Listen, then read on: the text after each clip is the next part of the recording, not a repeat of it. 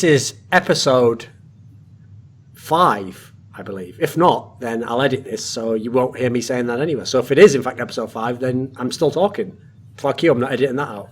So it's episode 5 of Narrative Wake, brought to you by fantasy esports and betting site EsportsPools, where even though I joked last week about how, certain players wouldn't be in it, all the rest of it, you would have made a killing, I tell you right now, if you'd have bet on Misfits in the EU LCS playoffs. You would have absolutely raked it in. Likewise, a few weeks before that, if you'd have picked Cloud9 to lose to that team that you all thought was good for a whole week and then pretended you knew wasn't that great after all, that we'll talk about this episode, Dignitas. That one, yes.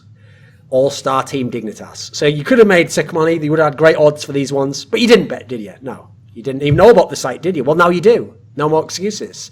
So you can also play fantasy there if you just want to. Fantasy is like where you just, on the play day, you just pick the team of players you think will perform the best in terms of stats. So obviously, just Jensen every time, right, guys?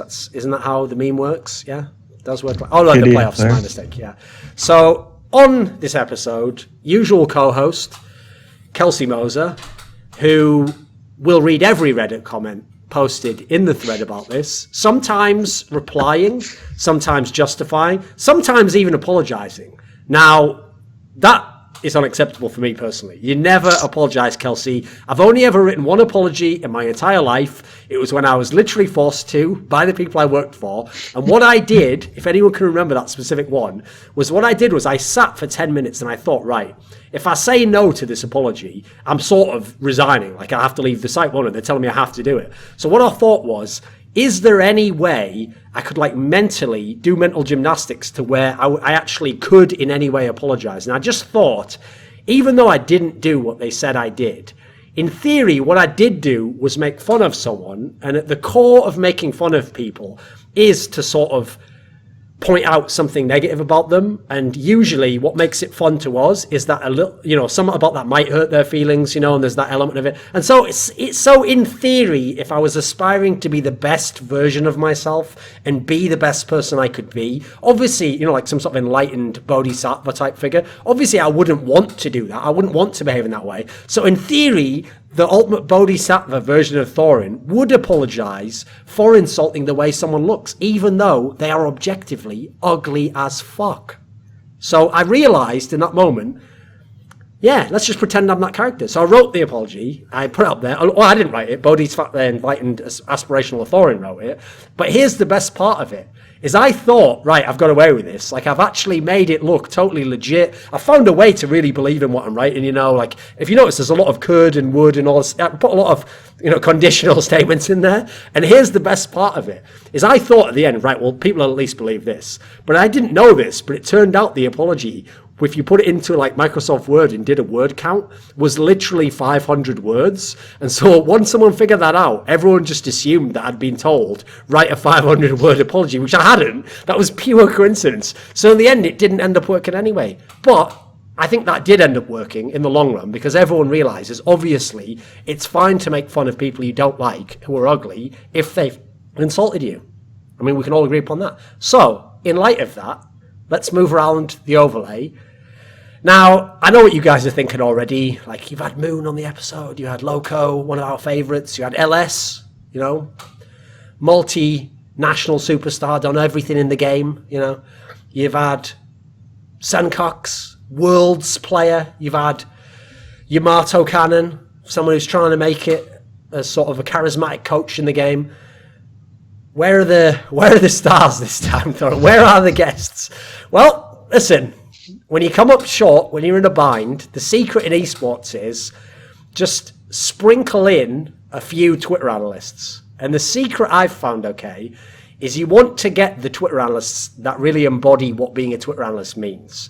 So I realize nowadays you're going to be like, well, why are you being harsh on analysts, Yeah, listen, some of these guys are analysts now, but they all started as Twitter analysts. That's where they all begin. So some of them have turned from that disgusting caterpillar on Twitter, just saying about that this pick was wrong because Koreans don't do it, and then saying that the team that lost the game played the game macro-wise wrong, or that whichever champion got the most kills clearly should have been banned. Obviously, that wreck of a creature that just absorbs likes and retweets and embedded memes can eventually, blossom into a beautiful butterfly, like the aforementioned LS, Yamato kind of, or just a plain old moth.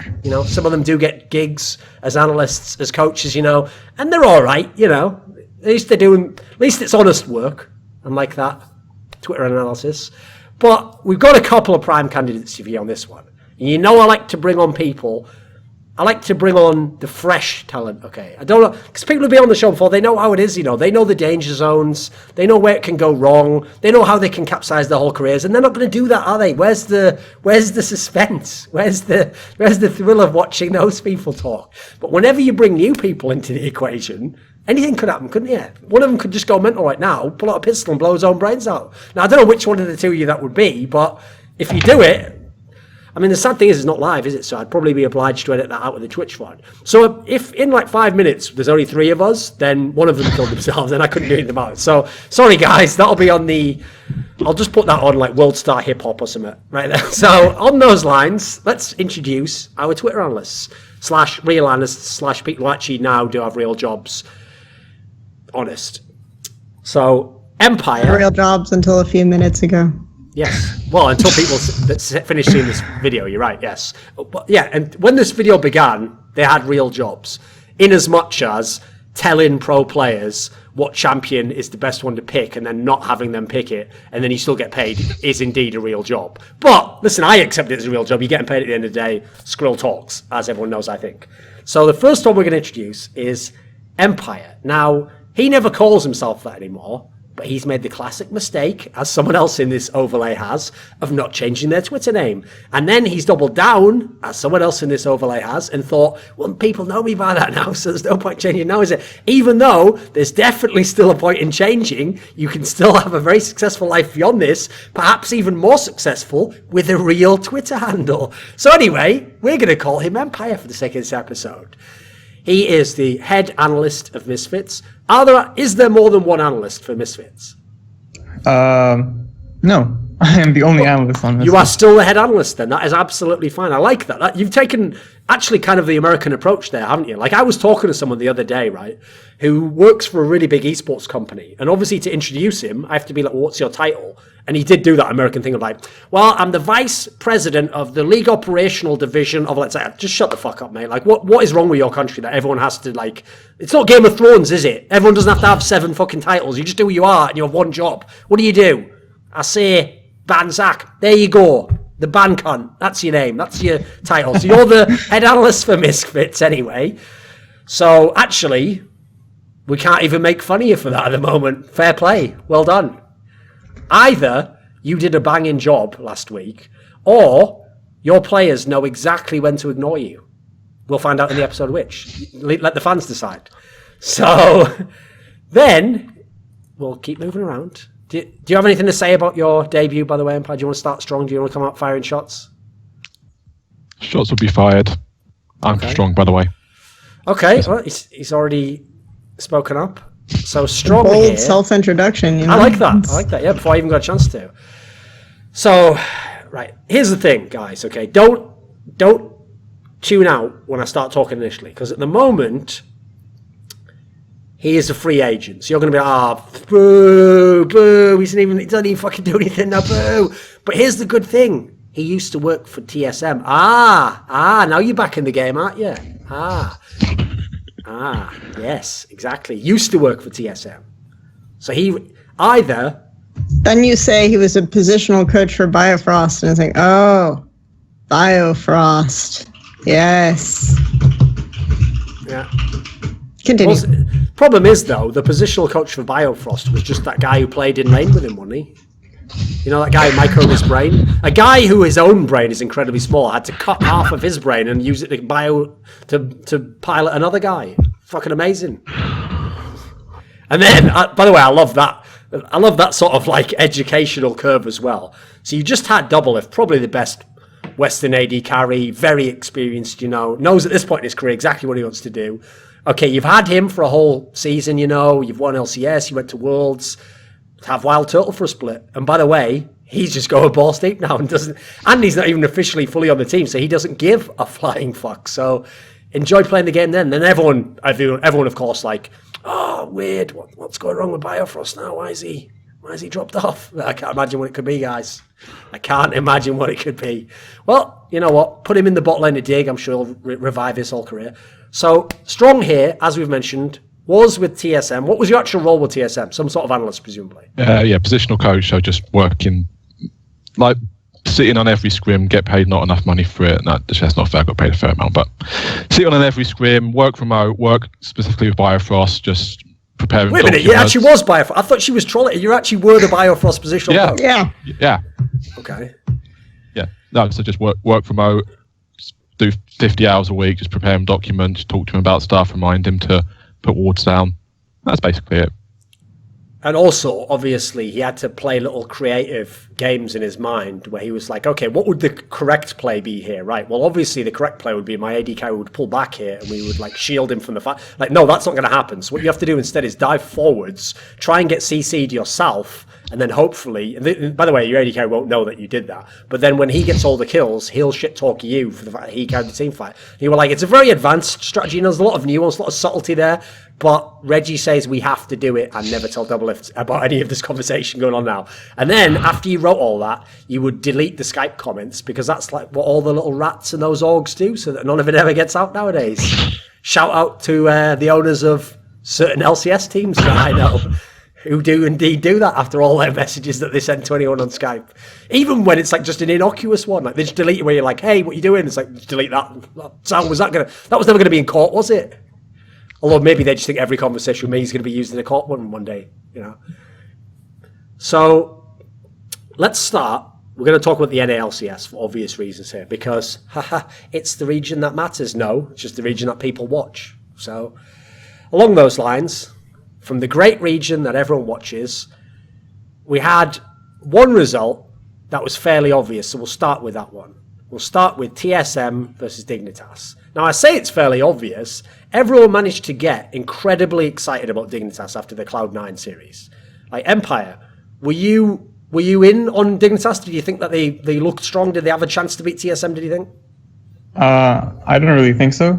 Mostly because I found that much of their success came from a few like gimmicks with like picks or strategies. For example, like rushing Barons at like random moments when enemy team was backing, or relying on Shrimp to get like level 2 or level 3 ganks to get lanes ahead.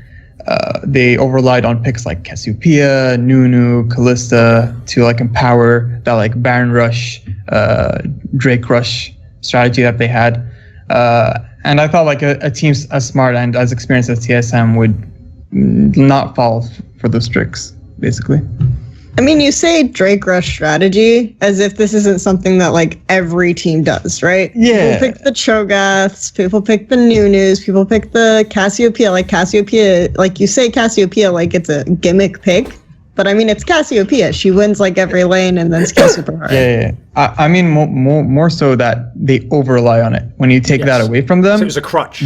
There's nothing there anymore. Okay, I've got a question then. When you included within that, I realised, as you were listing off the points, not all of them had to be like gimmicks or whatever. But when you listed like doing level 3 or 4 ganks with the jungler as a gimmick, did you mean specifically like they always did that? Like they always set up every game similarly to do that and on a specific lane or something like that?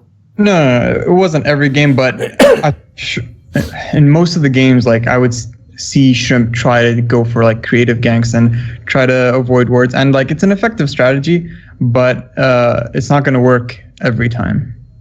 I think I mean, it's not bad, right? To set up for a gank at level 3-4, because what else are you going to do? You're either going to gank or you're going to back, right? Or you're going to ward. Like, it's basically you have 3 decisions. And I don't even know if that's a gimmick, but it's just... And the fact that he was able to study the level 1 or the level 4 wards of his opponents or the level 3 wards of his opponents and managed to execute these strategies based on who he knew he was going to face was not bad. But I feel like Shrimp as a jungler, he kind of didn't have stuff other than that. And I feel like that's your point, right? Yeah, like that. That's basically Dignitas as a whole. It's like they have these few things they're good at, but they're not enough to help them win an LCS. So when you say that though, did they actually, like for example, did Shrimp, from your perspective, try the same approach in the actual matches, or was he like dissuaded from doing it? What do you think? I can't remember all the games. Was jungle a significant factor in the series, do you think? Yeah, but like it doesn't really just depend on the jungler. It depended mostly on mid lane, and I think it was even like in both series versus C9 as well, where Shrimp wasn't really able to impact the early game because Keen was facing Jensen and Bjergsen, and historically these two mid laners just keep shitting on Keen every time. Sure. And when that happens, you're as a jungler, you can't really do much. You can't really exert pressure. And I believe they were behind in most of the early games in both series. So I don't think he was able to do these, level 2, level 3, level 4 ganks as easily. I also think, I mean, it wasn't just mid. I also feel like TSM and Dignitas had this like almost very straightforward. Okay, TSM were going to save the support pick for after your support pick, and then so they got the Braum to Thresh matchup very frequently, and it makes it a lot more difficult for Thresh to exert pressure or to have like the bot lane pressure that Dignitas became really used to relying on. So it wasn't just for me mid lane. I feel like Dignitas uses bot really well, especially since the roster changed to Altec and Adrian. That became like a big thing for them. So I think that the fact that TSM were able to identify that, I mean, for me, that was a little bit surprising because TSM and draft adaptability, not necessarily things you think of a lot, but the fact that they were able to identify that, I think, was pretty big. I mean, I think this whole element of like Dig are super reliant on playing out the bot lanes. Dig are super reliant on having pressure in that lane. I mean, one of the weird things in draft was it them? One of the weird things in draft was that Dig actually banned Ashe 3 games against them, 3 or 4 games, and it was just obviously very few people playing Ashe right now in North America. I know it's Europe, it's a bit different, but in North America, no one's playing Ashe, and this seems unlikely double if 2 play as well, right? No, probably not. But it's so. I mean, when I was watching, because obviously you're going into that match, you're thinking, okay, Shrimp versus Svenskeren, and this is the big matchup. This is how they're going to win. Like, this is how Dignitas are going to win this series, if they can just exploit Sven, if they can get into lanes, get ganks off, or if Shrimp can actually just straight up win 1v1 versus Sven, because that is Shrimp in a nutshell. If he can win, he will go and try and destroy the enemy jungler. That has been Shrimp through his entire career. The problem was just Sven actually, Sven's not a great jungler, but he actually played this series pretty well because he just matched Shrimp. Every time Shrimp went into jungle, level 3, 4, oh, Sven's there, and they just look at each other. He goes towards top lane, oh, Sven's actually there, and look at each other. I think there was game 2 actually, even they basically went and looked at each other like 3 times, and Haunts managed to get a kill off of it. Like, Haunts were just like, okay, he's been there, okay, he must be low on health, walk into the enemy jungler, kill him at Gromby, or something like that, as Jarvan versus Nunu. And that was kind of the disappointing thing, was okay, Shrimp could not dictate things because Sven didn't give him any openings, which is actually, okay, fair enough, that's pretty impressive. Okay, why do you think that people... I realise it's a famous thing in the culture of, like, not just League of Legends, but every game, that if you have a high-profile player that some people start to say is either, like, substandard or bad, obviously then people just go, like, mad hate train, and it's like they're just the shittest player ever. But why are people so down on Svenskeren at the moment? I think the reason why people are down on Svenskeren, which I disagree with his point that Svenskeren necessarily was the reason why the series went so well, because I feel like the amount of just solo pressure Bjergsen got was actually really absurd. Like, even in even matchups, like Syndra versus Cassiopeia. And in counter matchups. Yeah, relatively, like, and then the matchup reversed and everything else. It was just like, okay, this is kind of ridiculous, honestly. Yep. And it just escalated. You could watch like the the escalation go to the point where, okay, initially Bjergsen is getting counter matchups, and then you get to the point where everyone is just like, okay, we're going earlier and earlier pressure, and it's Lucian versus Talia at the end. And Bjergsen is still winning everything. And when your jungler is really reliant on like some of these early ganks and getting pressure, I actually think Team Solo Mid gets so much off of the fact that Bjergsen plays like this, because Svenskeren will do actually very similar things to Shrimp, I think, where he will do really predictable gank paths where he'll go to one side of the map depending on like what side of blue buff they're emphasizing or whatever. And then he'll do this level 4 gank. And this will go off well if mid has priority and they have vision in the jungle. Whereas I think Shrimp does the same thing. Whereas he goes to usually bow or top and ganks level 3-4. And if mid has pressure, then they have vision in the jungle, and it goes well. So. Okay. And also, I think Sven got most of his hate last split, where he would invade the enemy's jungle without Bjergsen or his top laner having pressure, and then he would get caught out and die. And that kept happening a lot, very, very frequently. And even Shakaro's made like a highlight reel of this. And people noticed it, and he started getting a lot of hate for it. Yeah. Sven's been a lot more mediocre this split. Like, I think the hate against Sven, which is okay, it's ongoing to an extent, I think, but it's a callback to last split. This split, okay, he's still not a great jungler, but like if you're going to rank him in LCS, I think you could put him anywhere between like 4th and 8th. He's an average, he's a replacement level player. He does well for what TSM wants to do, but that is Svenskeren. But on the point of, so I think there's a subtle difference between how Sven plays and how Shrimp plays with regards to, okay, Sven will go in established vision more so early, but he's not trying to challenge the enemy jungle 1v1. I think this is an important distinction. If you think about it in terms of what is Sven trying to do, he's more trying to be just like, okay, I'm going to control just about to river, and then Shrimp's just like, okay, I'm going to go a little bit further. I'm going to get the deep ward in. I'm going to get that pink on blue every single time. I'm going to track his movements. But at the same, I mean, what also hurt him is that Shrimp then couldn't get anything off of those early warding trips and anything off of those early gank attempts. But I think it looks similar, but there's a different mentality there, and there's a subtle difference in how they play. I think Sven last split was more similar. Sven in summer 2016 was more similar to what Shrimp is now. I think that's probably fair to say. But I don't know. I don't agree that they're having the same mentality and they're having the same actualization of what they're doing, because. That's not what I said. I said their level 4 behavior is like really similar. Okay.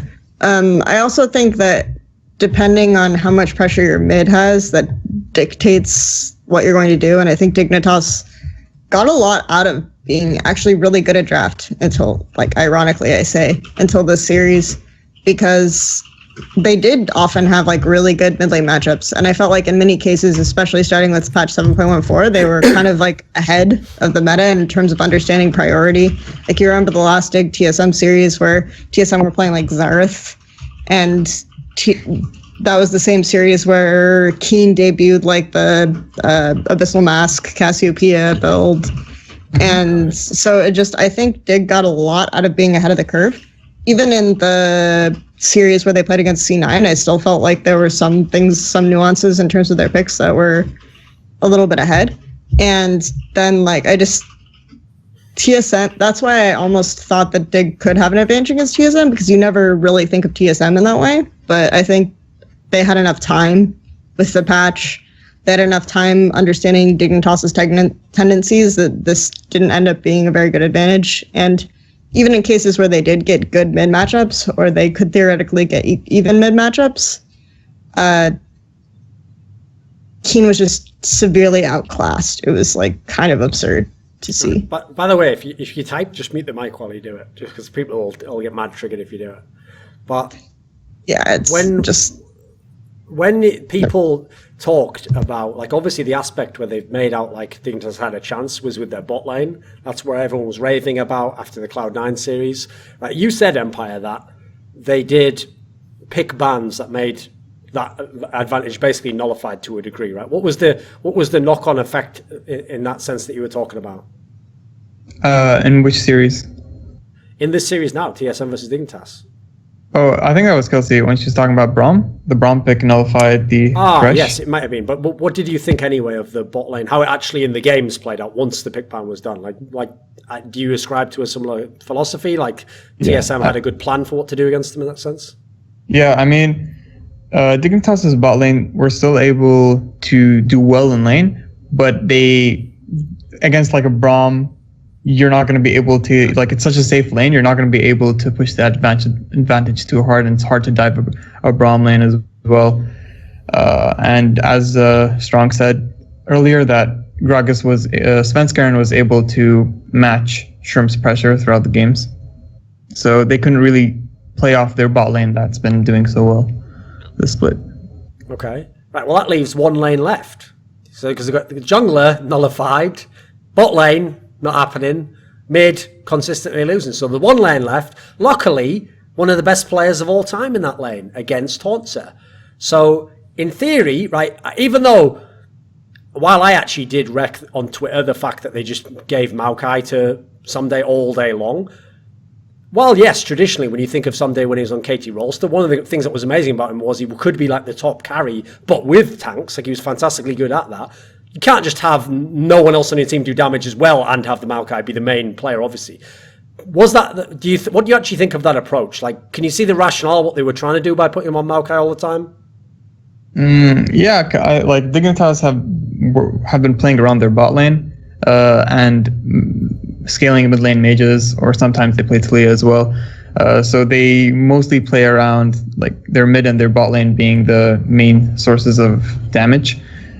And outside of, like, there aren't many top picks where you can carry on right now unless like you're super comfortable on the matchups. For example, like Khan and Longju, he plays a lot of Jace. He can wreck almost any player if they're playing tanks.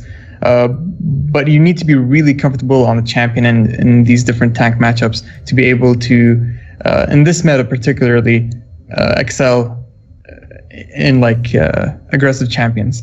And then like right now, everyone's playing tanks in the top lane. You know, Cho'Gath, Maokai, and then there's also Jarvan and Gnar. And you can argue that maybe they should have put him more on Jarvan and Gnar, and he did play 2 games of Jarvan. One game of Jarvan. Well, yeah, they had Jarvan 3 games. They had Jarvan 3 games out of 4, which is a bit confusing why it only got flexed top once. Yeah, and they played Renekton, right? So Renekton and Shen though, which is I don't really put it on them not being able to put Someday on a carry. That's just the way the meta is right now, and it's only a few teams right now in the world that are playing carry champions top lane. So no, I can see. On top of that, like they've been having success with the strategy of putting Someday on engaged champions like, you know, the Jarvan and the Maokai, and playing off their bot lane. So in their minds, there was no reason to change from the strategy. So then what changed then? Well, I think the ADC picks changed because they were playing. They were getting Tristana all the time. They played Sivir one game. They played a bunch of Caitlyn. Like, okay, so while they do go for scaling-ish mids, you're not relying on Keen to put damage down. I think Dignitas on 7-14, 7-15, 7-16, it was a one carry team in terms of you let Old Tech do most of the damage. You let Old Tech be the edge in terms of damage in fights. And you get into this series and, okay, well, they're not letting you get those picks. And they ban Tristana, I think, every game. Yeah.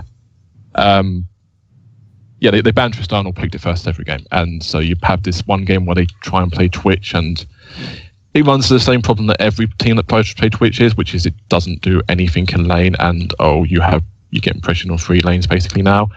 They try and play Xayah, it works okay, but Xayah doesn't do the same amount of raw damage. They have the Kalista Blitzcrank game.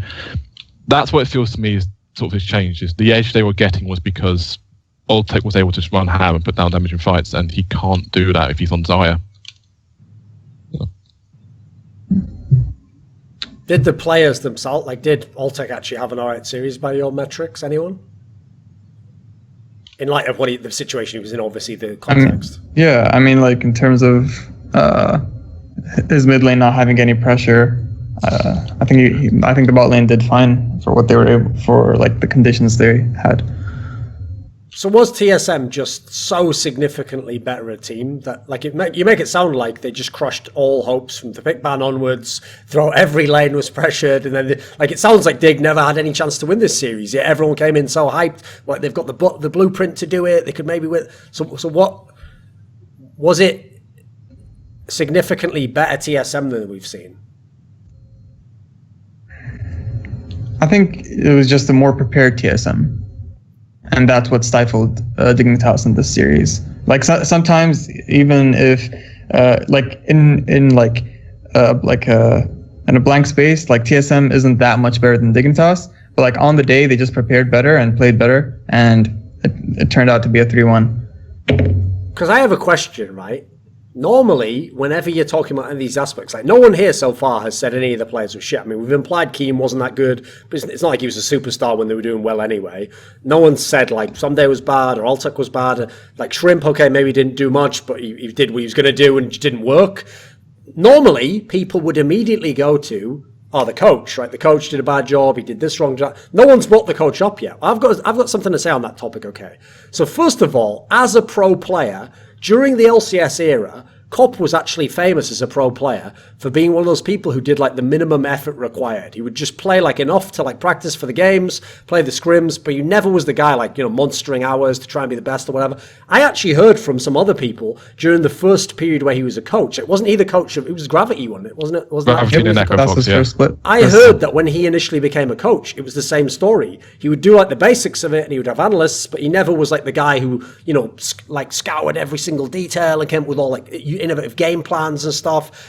What do you actually think? Does it look like Dig is a team that's coached competently? Like without being inside the environment, it's hard to say. But one thing that Saint and Cop have been praised for is pick ban. Like they work hard on pick ban, and they themselves say it's because they play solo queue and they have like a good feel of the champions. And once like a new patch hits, they like grind out a lot of games and they have a good idea of predicting what's going to be good on the patch. Yeah. Okay. I mean, do you think that? Okay. Yeah, Kelsey. I mean, yeah, you can't really judge what the coaches are doing, but I think relative to, like, you have to. It depends on what your frame of reference is, right? Because if you judge Dignitas's coaching staff next to the coaching staff they had at the start of last split, for example, then I think that there was definitely a change that occurred after they brought in Cop that was positive. If that was because of Cop, that was because of a coincidence. If it was just like the environment was so negative that there was some sort of change that had to happen, it's really hard to say, but I think that it's fair that Cop has been a relatively positive influence. Yeah, bouncing off of that. Yeah, go ahead. I've actually worked a little bit with Cop before. He was trying out for one of the teams that I was on a while back. The thing about Cop is, in terms of how he treats pick ban, it's true that he's actually fairly loose on it. He's fairly player centric. Saints a little bit less so, but I think that the improvement in pick ban, because I don't know how much you can ascribe them really rising up in spring split to pick ban, because there was a lot of questionable stuff still going on, and particularly when they won that 0-3 playoff series, there was just a lot of what are you doing during that series. I think you can ascribe that more to saying like Cop is more. So if you want to put it in Korean style terms, Cop is more of like the head coach. He's a really optimistic guy. Players love him. You can say he plays work ethic either way. I can't really say about being in the team, but he's more of sort of this cheerleader is a derogatory term, but more like that. Obviously, just to set the context so people aren't confused by Empyre's presence here. When we say head coach, so actually our coach is underneath him. It's not like where he's the head analyst and it's just he's the only analyst. So there's a hierarchy in the Korean system, is what we're saying. So yeah, continue strong. Yeah, so he's the head coach, and in this regards, like Saint is more of the strategic coach, and they work well together. Like, so the pick ban this series was, I mean, the big thing that was really weird for me was that they just gave up Gragas when they also had Cogmore and Braum and actually this is something that happened in the other series as well. In the IMT series, which we'll come on to later, but the reason we've not seen Cogmore in just every game for like 3 patches is because there is an easy way not an easy way, but there's a way to deal with Cogmore, and it's repositions. If you can reposition a Cogmore, get him away from his heal boss or his Braum, then you can maybe kill the Cogmore. And the only champion that does that from the jungle, really, unless you're going into more esoteric picks, is Gragas. So there were little things like that in the pick banner, but I don't think I wouldn't say the pick banner in this series was good. I think one of the things that I know Copenhagen love flex picks and Keen love flex picks, and actually half this roster loves flex picks. And I think they tunneled in a bit too hard on, okay, we can get the Malcolm, we can get the Jarvan, we can swap them between lanes and blah, blah, blah. So, and that probably didn't help.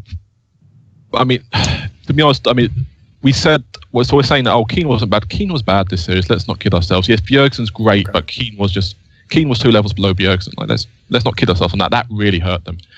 So, but yeah, that's also been one of the areas though where I always thought he was a bit overrated, is because if you think about all the best Keen games in your brain, they're all games that are like one-off games. Most of them from when he used to have like 1 week game a week or whatever, that mental old format used to be. It was best of ones. He would have the one game where he'd have like a weird counter pick or some new shit he was trying out, and they'd win one game. No one thinks of like, remember that series where he just destroyed everyone? That never happened.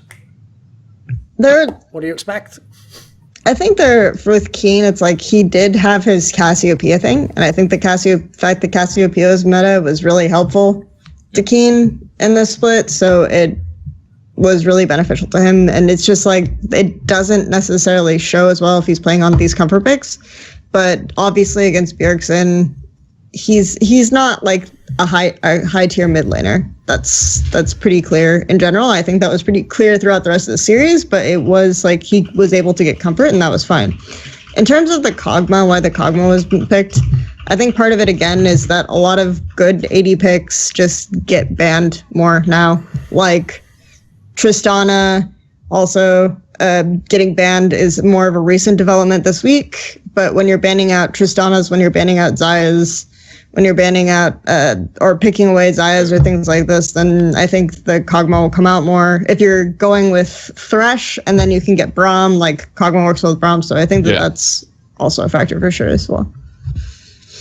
Do you think then a part of why this was such an underwhelming series is that basically patch changes and Dignitas' ability to adapt to them made them look really good towards the end of the split, and they come in strong from C9, but it's just like the effects of that obviously gradually diminish as other people have time to, first of all, see what you're doing and counter that, catch up themselves, put in investigation themselves. Is that why this ended up being kind of like a dud series? Yeah, I would say that. And also, it probably had to be TSM and maybe Immortals that would be able to beat Dignitas, because I think those 2 teams have the best prep coming into playoffs. Okay, so obviously, right, let me think. Like, the problem is, I was going to say, would Cloud9 have done better? But I think, wouldn't Cloud9 have played Immortals instead? Was Cloud9 the 3rd seed? Does anyone remember? I'll double check. But obviously they do the reseeding thing there, so it's not as simple as that. But I'll just double check which way it was so we can have a look. Right, let me have a look here. No, see, actually, it turns out CLG was the 3rd seed anyway, right? Okay, so it would have been Cloud9 would have played TSM then. Would Cloud9 have matched up better just against TSM if they'd have gotten through? I think it would be similar to like all the other times we've seen TSM versus C9. I think it would be worse. Honestly, I think C9 had a really bad split overall. Like, they had an uptick near the end when, okay, we could play these hyper carry picks and it's really good and all these other aspects, but I think that in general what we saw happen with Dignitas, where they just rolled over them in the laning phase, a lot of problems with C9's laning and their coordination between, like, how do we transfer pressure? If we generate pressure in one lane, how do we transfer it to another lane? Just really showed through in the Dignitas series really hard. And I think it also would have happened in the TSM series because they're really good at transferring pressure from mid to other lanes and side lanes. And unless Jensen, I mean, maybe it would have been better because Jensen probably wouldn't have gotten completely destroyed and humiliated. But and that would have kind of deterred some of the spread of mid lane pressure. But at the same time, I feel like C9 had more systematic problems in their early game than Dignitas did, so it probably would have been a more even clean sweep from there, because you don't even necessarily think of TSM as like this early game team, right? So I don't know. So then what does Dignitas as a team, are there specific players they probably have to upgrade if they want to be at a level where they're going to LCS finals? Like, what would you do as a theoretical GM if you were trying to improve Dignitas to next split without just destroying everything that works in the team, Thing is, I feel like Keen brings,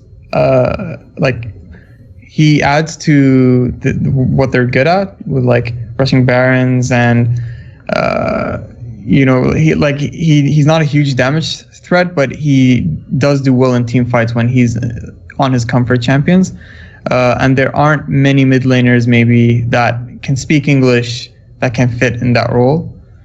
I would look towards maybe upgrading coaching staff. Like Sane and Cop can stay there, but maybe bring someone in that can build on what they already know and grind in more fundamentals about like vision, transferring pressure. But in the end, if Keen can't measure up to these top mid laners in NA LCS, and you want to win NA LCS, you're gonna have to find someone who can match up to these guys. I think when you look at Team Solo mid, sometimes they do this really weird thing where, okay, you push out mid, you get control of either Dragon or Baron area, and then for some reason they're prioritizing the wrong side. And they realize, oh no, the enemy team is rushing Baron. We should Talia ult to the enemy team, and then you see all these hero like ults on Rise and Talia and everything else that Bjergsen does that saves the game, which are completely unnecessary if TSM are prioritizing map control on the correct side.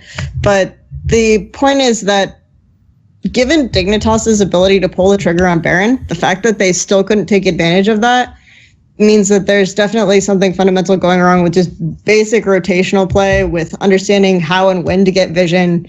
Okay. And I don't even necessarily think that right now you need to rip the Band-Aid and get a roster change, or you just need to study some of these elements of play. So it's not thoroughly. Like they just like choked in a specific decision. They actually they systematically didn't do the right things to take advantage of what you're talking about. Yeah, they're lacking fundamentals. I think also this is a new roster, and I think I was really impressed by what they put together with the roster that they had. And I think that the fact that they had chemistry that clicked that well and they found things that they could take advantage of right away is a really good sign of something that you can build off of. And this isn't a roster that I look at and say, okay, we have to change stuff. This loss is unacceptable. Right at this moment. See, the sad thing is, this is where, I realize that's what they invented that Summoner School sub for, was the idea was everyone intellectual was going to go there and have, great conversations. Obviously, no one did, because you're all selfish cunts and you just do it on Twitter. But even worse than that, now we're just left with, match game threads on the wide open landscape of our League of Legends, where, half the social commentary is haha, Saint seems fun. He's probably drunk when he can't. Come on, mate, where's the fucking analysis? We're trying to talk about the game. Come on, Strong. You've read a lot of books. We know that, so come on. We can see that, yes. So I feel the same way in terms of, okay, Dignitas, these results have got them immediate synergy. I actually kind of feel the opposite with regards to I would not be scared to just completely tear this roster. Yeah, blow it up. Okay. Because what would you look at then? It's kind of hard to say without being I think you keep someday, you possibly get a Korean jungle if you want to sort of go that way, you build around it. But this is the interesting thing about Dignitas is over the past, let's say 7 months, right? It feels like every move they've made is, okay, this move will provide them a burst in the short term, but I don't know where the upside of this will immediately go. So you bring Cop in, players like Comp, he's basically released Endorphins for the team, right? Great. You bring Saint in, it fits really well with Cop, he's a smart guy. You get Shrimp. We know Shrimp can abuse certain junglers. He gives you some options for win conditions that teams aren't practiced against.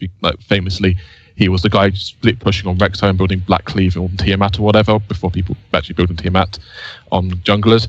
You get Alltech, you get Adrian. Well, they've been around for years. We've seen them do well. We know what their limitations are. We know they've had some problems on previous teams. What's the realistic upside? How good are these guys going to get? it feels like this roster is okay.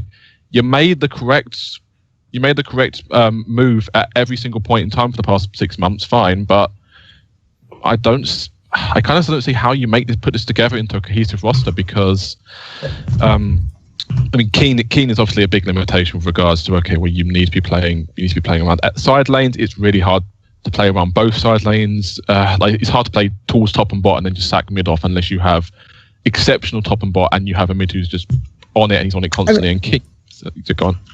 Oh, sorry. I was just gonna say that I think this is the meta where you can kind of do that though, because you play wave clear mids. As long as you don't like catastrophically lose mid, you can play pushing top, pushing bot, for example, and then like if you want to make a player on top side, you just transfer the pressure from the bot to the mid lane, and you get control that way.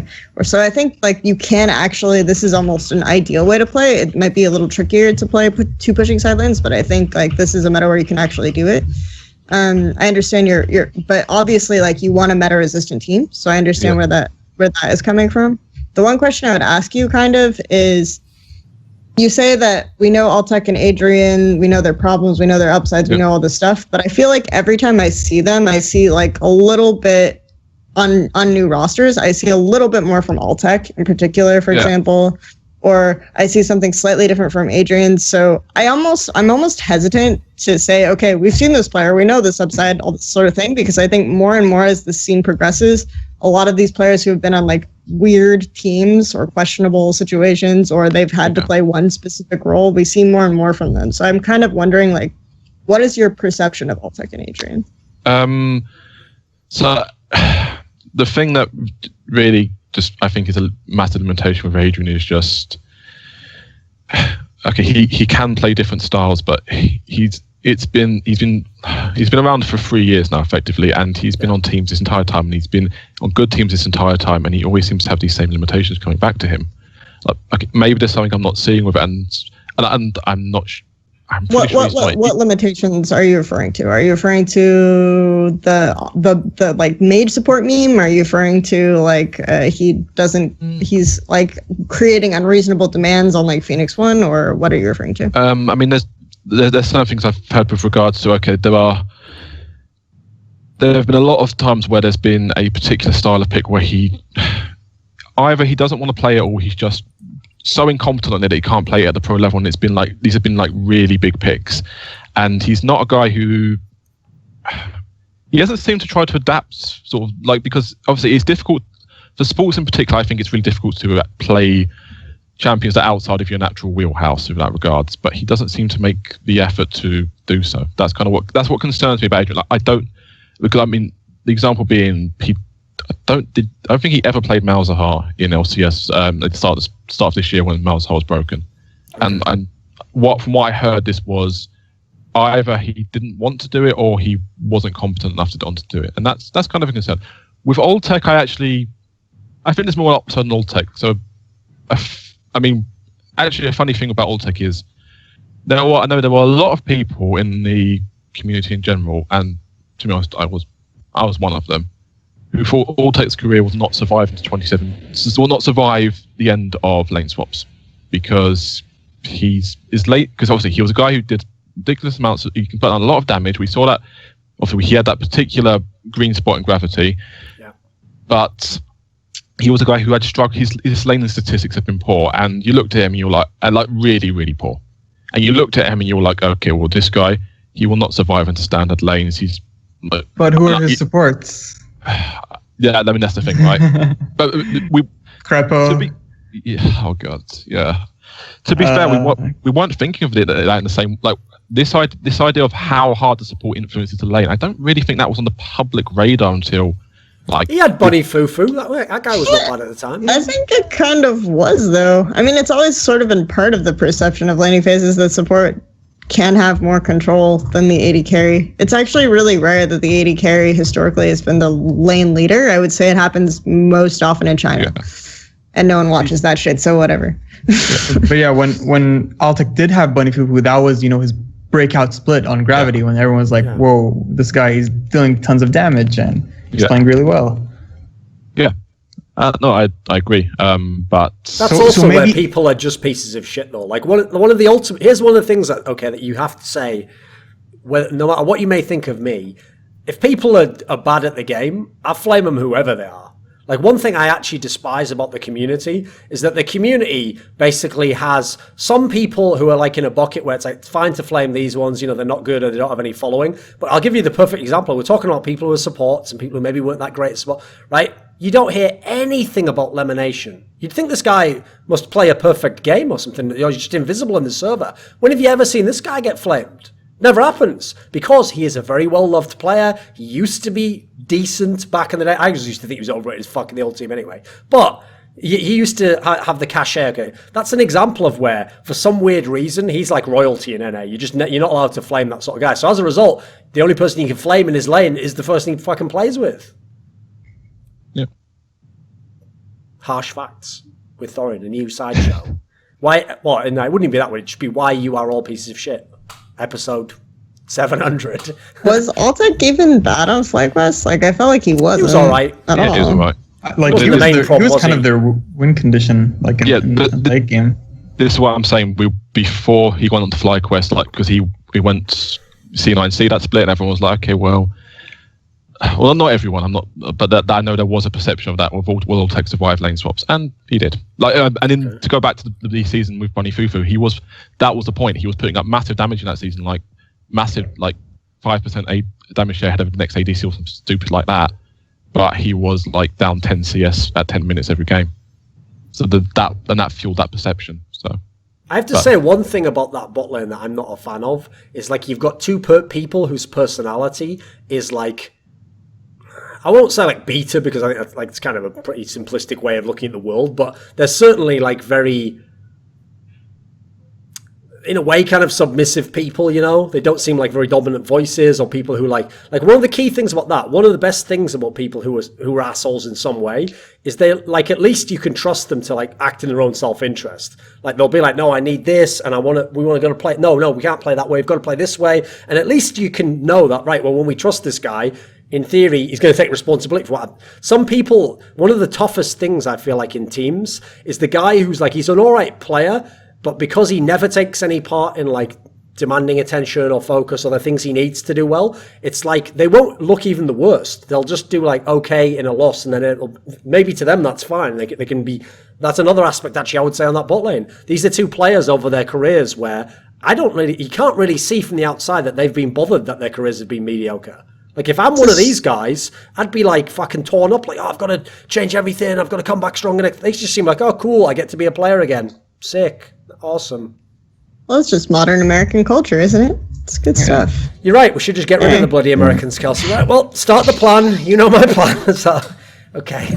It is in a way, though. That's the sad thing, because you think of the Dardoks and the Doublers of the world.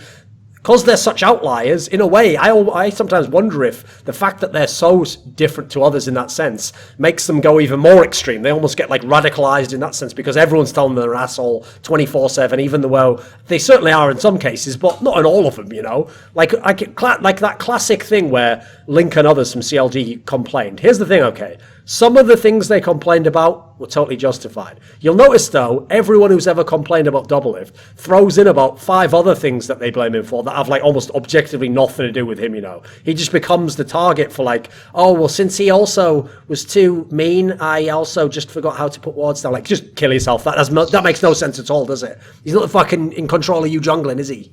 Dexter. Anyway, we've called him out, so let's keep going with the episode. So keep cracking, boys. So here's the question, then.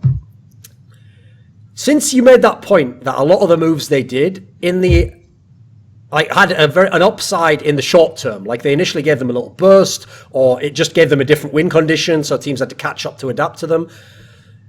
Even though Shrimp has certainly been one of the main reasons they've done well, and people have lauded him for when he's had good games, was Chaser bad enough that you can't make a case that maybe there could have been, like, a bigger upside long term if they could have integrated him? What's your verdict? Yeah. I think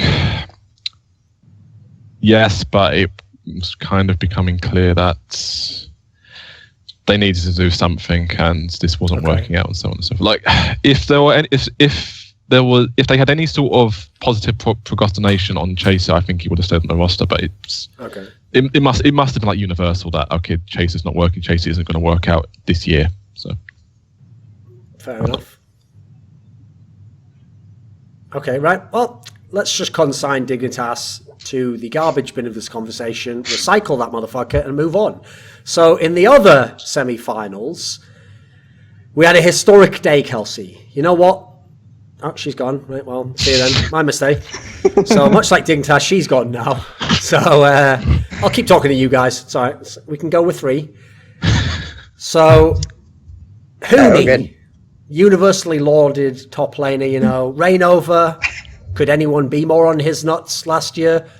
You know, it reinvented jungling himself, apparently, you know, basically like opened up the game as he was playing with a console, coded into a command prompt and was just reworking the whole game as he played it. Others were learning from him, you know, but he was the master. They could never get to the finals, though. But in came that iridescent Lord of Light in the top lane. He who achieves centennial advantages over others. And what can I tell you? Next thing you know, wham bam, thank you, ma'am, I am in the LCS finals. We'll just gloss over the entire spring split. Just forget it. Forget that happened. Who was talking about the spring split? She had Dardoch, remember? You remember that guy who's too toxic and like he shouldn't be allowed to play in teams because he has to learn his lesson, Kelsey. But suddenly you're judging a top laner by his jungler being toxic. Like, I thought you knew better. I mean, I'm not really sure like what article you read, Thorin, but I feel like this entire it changes every time. That's all you need to know. It changes every thing fucking time, doesn't it? has just been about like the Dardoch article somehow. So. Listen, the rest of our lives will be about that Dardoch article, and everything we do will push one of us closer to victory. I don't know why there would be victory involved with reading an article, but maybe that's my own personal problem in life. So, why did Immortals go to the final? I mean, what was the reason for them to not go to the final other than narratives? Well, they managed it the last few absolutely times. Nothing to do with anything, Kelsey. which may or may not be the entire point of the title of this episode. We're not clear. We're not giving details away. Kelsey, here's the thing. While I agree, yes, that topic doesn't make a lot of sense because the team is so drastically different. The point is, though, one thing that does stick is that they were the favourite in every other time they were in the semi-finals like that. They also earned the semi-final seed, but they always managed to lose. Now, yes, it was a very different team, but it's not as though this lineup itself has done anything. As you mentioned in the spring split, 4 of the same players did fuck all, basically. Yes, Smithy adding was good, but if you remember how we discussed the team on the last show, this was a team where I think it was the first show actually, most people were in agreement that maybe an issue this team could have is they have like good players at every position, but they don't really have superstar players, if you're being realistic. I mean, I was joking about Flame that he's not like the best top player in all of LCS by any margin. He's maybe a contender for it, but even then it's not clear cut. So they don't really, I mean, people will say Smithy's the best jungler just because he is left in the tournament, and that's what people do with junglers. If you win, you did everything right, you know. But why did they go to the final? Why wasn't this a more competitive series against CLG? Some people have teams where there's a division across the map and there's like top and jungle doing certain things, and then the rest of the team isn't really sure what's going on. Maybe there's a team in EU that did this before playoffs or something. I'm not really sure. But Immortals was a lot like that in the spring split, I feel, is that there was just like a complete disconnect between what top and jungle were doing and what the rest of the map were doing. And then Cody-san and Ola would go, I don't know, weirdly ham aggressive when Dardoch was on the top of the map trying to snowball flame. I feel like Pobelter is one of those players that if his side lanes are doing well, one of those mid laners, like he is more motivated, or if the team is like clicking, he's really, really subject to the overall atmosphere of the team and his certain performances. Like, yeah, he's consistent, but you get this feeling it's like every time people are praising Pobelter, it's generally because the team atmosphere is really good, that he's putting in the extra work, which is fine. It's reasonable. So I just think that overall this was a big factor.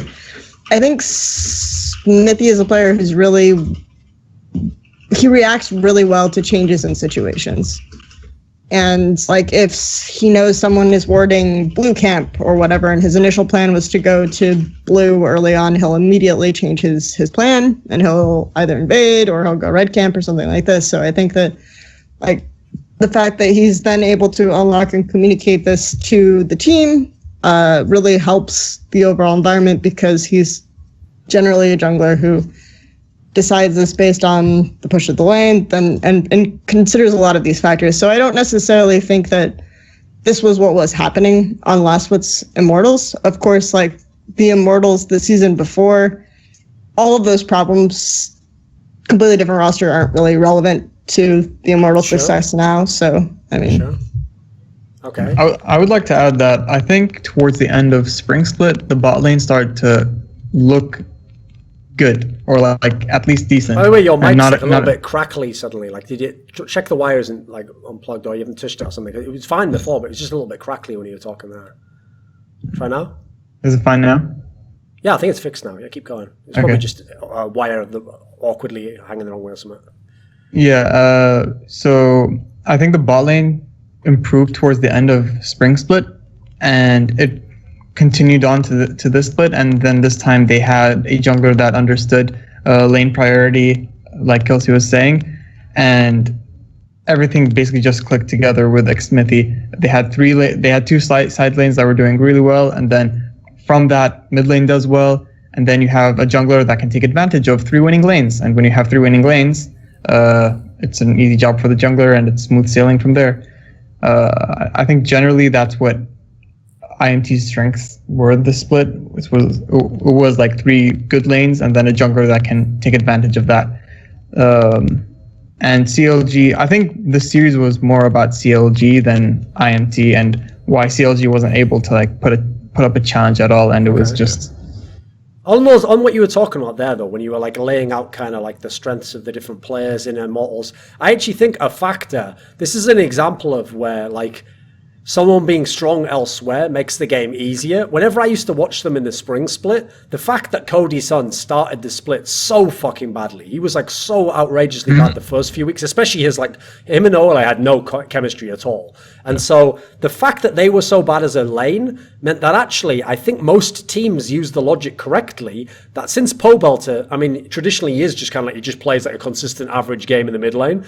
People correctly identified that Immortals at that time was just going to try and snowball flame most of the time with Dardoch. Yeah. That's like the 2 possibilities they had was they had a strong top lane and then they had Dardoch who's good at ganking. So as a result, people logically actually were like, right, well, even though their bot lane's weak, we're not just going to dive their bot lane. What we're going to do is we're just going to fucking gangbang flame in the top lane. So tons of games you saw that people will just, I mean, they still do it now, but it doesn't work. They would just try and like 2v1 all the time onto flame. And the thing is, that definitely worked before, where like Dardoch basically was like trying to put out fires everywhere, which is like the ultimate way to fuck someone like him up. But then you see this split, that doesn't work. Like not least because if you do it where you make the opponent have to force something to do a gank like that, they can't just do it all the time. Flame's actually like one of the best players I've ever seen at surviving those ganks like that. Yeah. He's like famously good. Like he always saves the flash if he can correctly use it to survive. He never blows it and then gets killed under the tower, you know. If you ever notice, if he ever does one of those flashes back, that's because like you can just like get 1 extra tower hit onto them or something. So feels like that shored up just from the bot lane becoming like competent and then actually like a decent part of the team and becoming integrated in the rest of the team. So I don't know to what extent you could put that on Xmithy because it's a different jungler. Yeah. Probably just the bot lane playing together longer helps, right? Yeah, I mean like Xmithy is an experienced jungler and he knows how to play off strong lanes. Like back on CLG, he did well with Darshan and he did well with the bot lane when Doublelift was there. And so I think the same thing is happening here, where you have 3 lanes that are just doing well, and then you have an experienced jungler that knows how to identify which lanes are doing well, which lanes where you can take advantage of their priority and make something happen like a gank or a dive, and then start snowballing that into vision, etc., etc. Yeah, I think that's basically the story of Immortals. I think also when you consider Immortals as bot lane and just generally the jungler interaction with bot and top, the fact that when it seemed like there was no communication on the 2 different sides of the map was, I think, a really big factor for me. So yeah, you had situations where people were 2v1ing top, but I think one of the bigger issues was when bot lane was just playing super aggressive and there was no jungle pressure, there was no vision coordinated. Whereas when Cody Sun became more stable, when Ola like started understanding more stuff about how to coordinate with the jungler, how to get vision. You see that the bot sort of with hyper carries, like Cody wanted to play these hyper carries also, and you have Ola wanting to play these playmakers. So you have the ability for Smithy and Ola to play together way more often, to get control on the bottom side, for like the team to play off of this. I think it was really significant in the CLG series when Omar Godwin went bottom. Smithy was like very good at counter ganking for that as well. So I think that this is a big factor to that's something you said, is that the meta became good for the bot lane. Playmaking sports is really good for Ole, and moving away from the utility ADCs is good for Cody as well. So actually, what do people think of Ole then? Because I mean, he got all NA first team, right? And I actually is a favourite for the MVP, etc. Yeah. Yeah, I mean, I actually, to be honest, I feel like a huge amount of their success this season has just been okay. Well, now because Cody Sun's not losing late, Ole can just go and dictate the flow on the map, because he seems like one of those supports where, and from talking to like people around Immortal and stuff like that, he seems like one of those supports where he's an incredible instinctual player with regards to, okay, he just understands, if I go up, if I have the space here to just move up and get walls down, I have the space here, I can make this play here, I can make this. He just gets into a game, it's like, oh, I can make this level 1 play, come with me, okay, great, we managed to destroy their jungle path, something like that. And I feel like it's not even that he's stepped up a level, it's just that, okay, we've now freed him to go and do what he wants, because he's ranked 1 in solo queue now, I think, but people have been raving about him since he just touched down on American soil, that, oh, this guy is the best solo queue support I've ever seen, because he knows these things. He had a rep like that before. Like when he was in LMS, all the LMS people said he was super good. When he used to play, in fact, people don't know this, but his team would have basically gone to Worlds. He was on that Hong Kong esports team that Toys was playing for, and they were like 1 game from going to Worlds. I think it was against Flash Wolves in Season 5. And one of the problems they had was he had also a Korean AD carrier, this guy called like Raisin or something, who I think got banned like just before the regional or the playoffs, and it just fucked that lane completely, and they like narrowly lost. But before that, people said he was, I mean, part of the reason I think they raved about him is obviously they're all speaking like bloody Mandarin over there, so he was it's one of those scenarios where I think he could barely communicate with them, but everyone said on solo queue he's super good, because obviously they can play Korean solo queue, and then supposedly he was like one of the stars of the league. He was like a playmaking support who presumably did it all instinctually, because he couldn't literally be comming with every player in his team. I think part of the problem... Remember, before... Sorry, go on. Right, you just lagged a second, mate. I just think part of the problem with Ola on Immortals in the spring was that he was expected to sort of be a leader of the team. And I think that what you're saying about him being an instinctual player is accurate, because he wasn't necessarily like super intelligent about what he's supposed to do. He didn't necessarily have the aspects of team play down. He's just like, oh, there's an opening here, I can go, which is again a problem with how the bot lane 2v2 is working in coordination with the rest of the map. And I think understanding where he can ward, and when he has priority to ward, and when he can leave lane, and how he can back with his jungler are things that Immortals slowly learned and slowly picked up. And so Smithy maybe it was a big part of that, because I feel like that still wasn't down even when the bot lane was picking up at the end of spring. Yeah. I mean, I think if you're seeing an improvement in 2v2 laning as well, like that's most of the time, that's a lot of that's just communication systems and stuff like that coming into play. So, I'm also required by law, because I have coached in Brazil, to remind you that Ole played in Brazil, because Brazilian fans love him. But yeah, he has experience working in the worst possible regions for solo queue, so that's just he knows when his monkey teammates are going to go at this point. Like he's got that great instinctual sense for it. But yeah. Okay. So one aspect of this series which made this semi-final super fucking underwhelming is that people were even talking about how Envious could have beaten CLD, because they had this tough situation where they've had to have Omar God come in as the jungler, and clearly as a team anyway, they already before the situation where they traded off Smithy were sort of like a quarterfinal team anyway. They were never a team that was going to win LCS. Yeah. So did they actually play poorly in the semis for you? Did they have any chance to win this series? I mean, I don't think it was, like, what's the difference between playing poorly and just being a bad team? I think part of the problem with Ola on Immortals in the spring was that he was expected to sort of be a leader of the team. And I think that what you're saying about him being an instinctual player is accurate, because I feel like that still wasn't down even when the bot lane was picking up at the end of spring. Like, what's the difference between playing poorly and just being a bad team? Well, one is you are just bad, therefore you have no choice but to play pulleys. So, for example, like, you know, players I bag on, it's not actually their fault. They're just shit.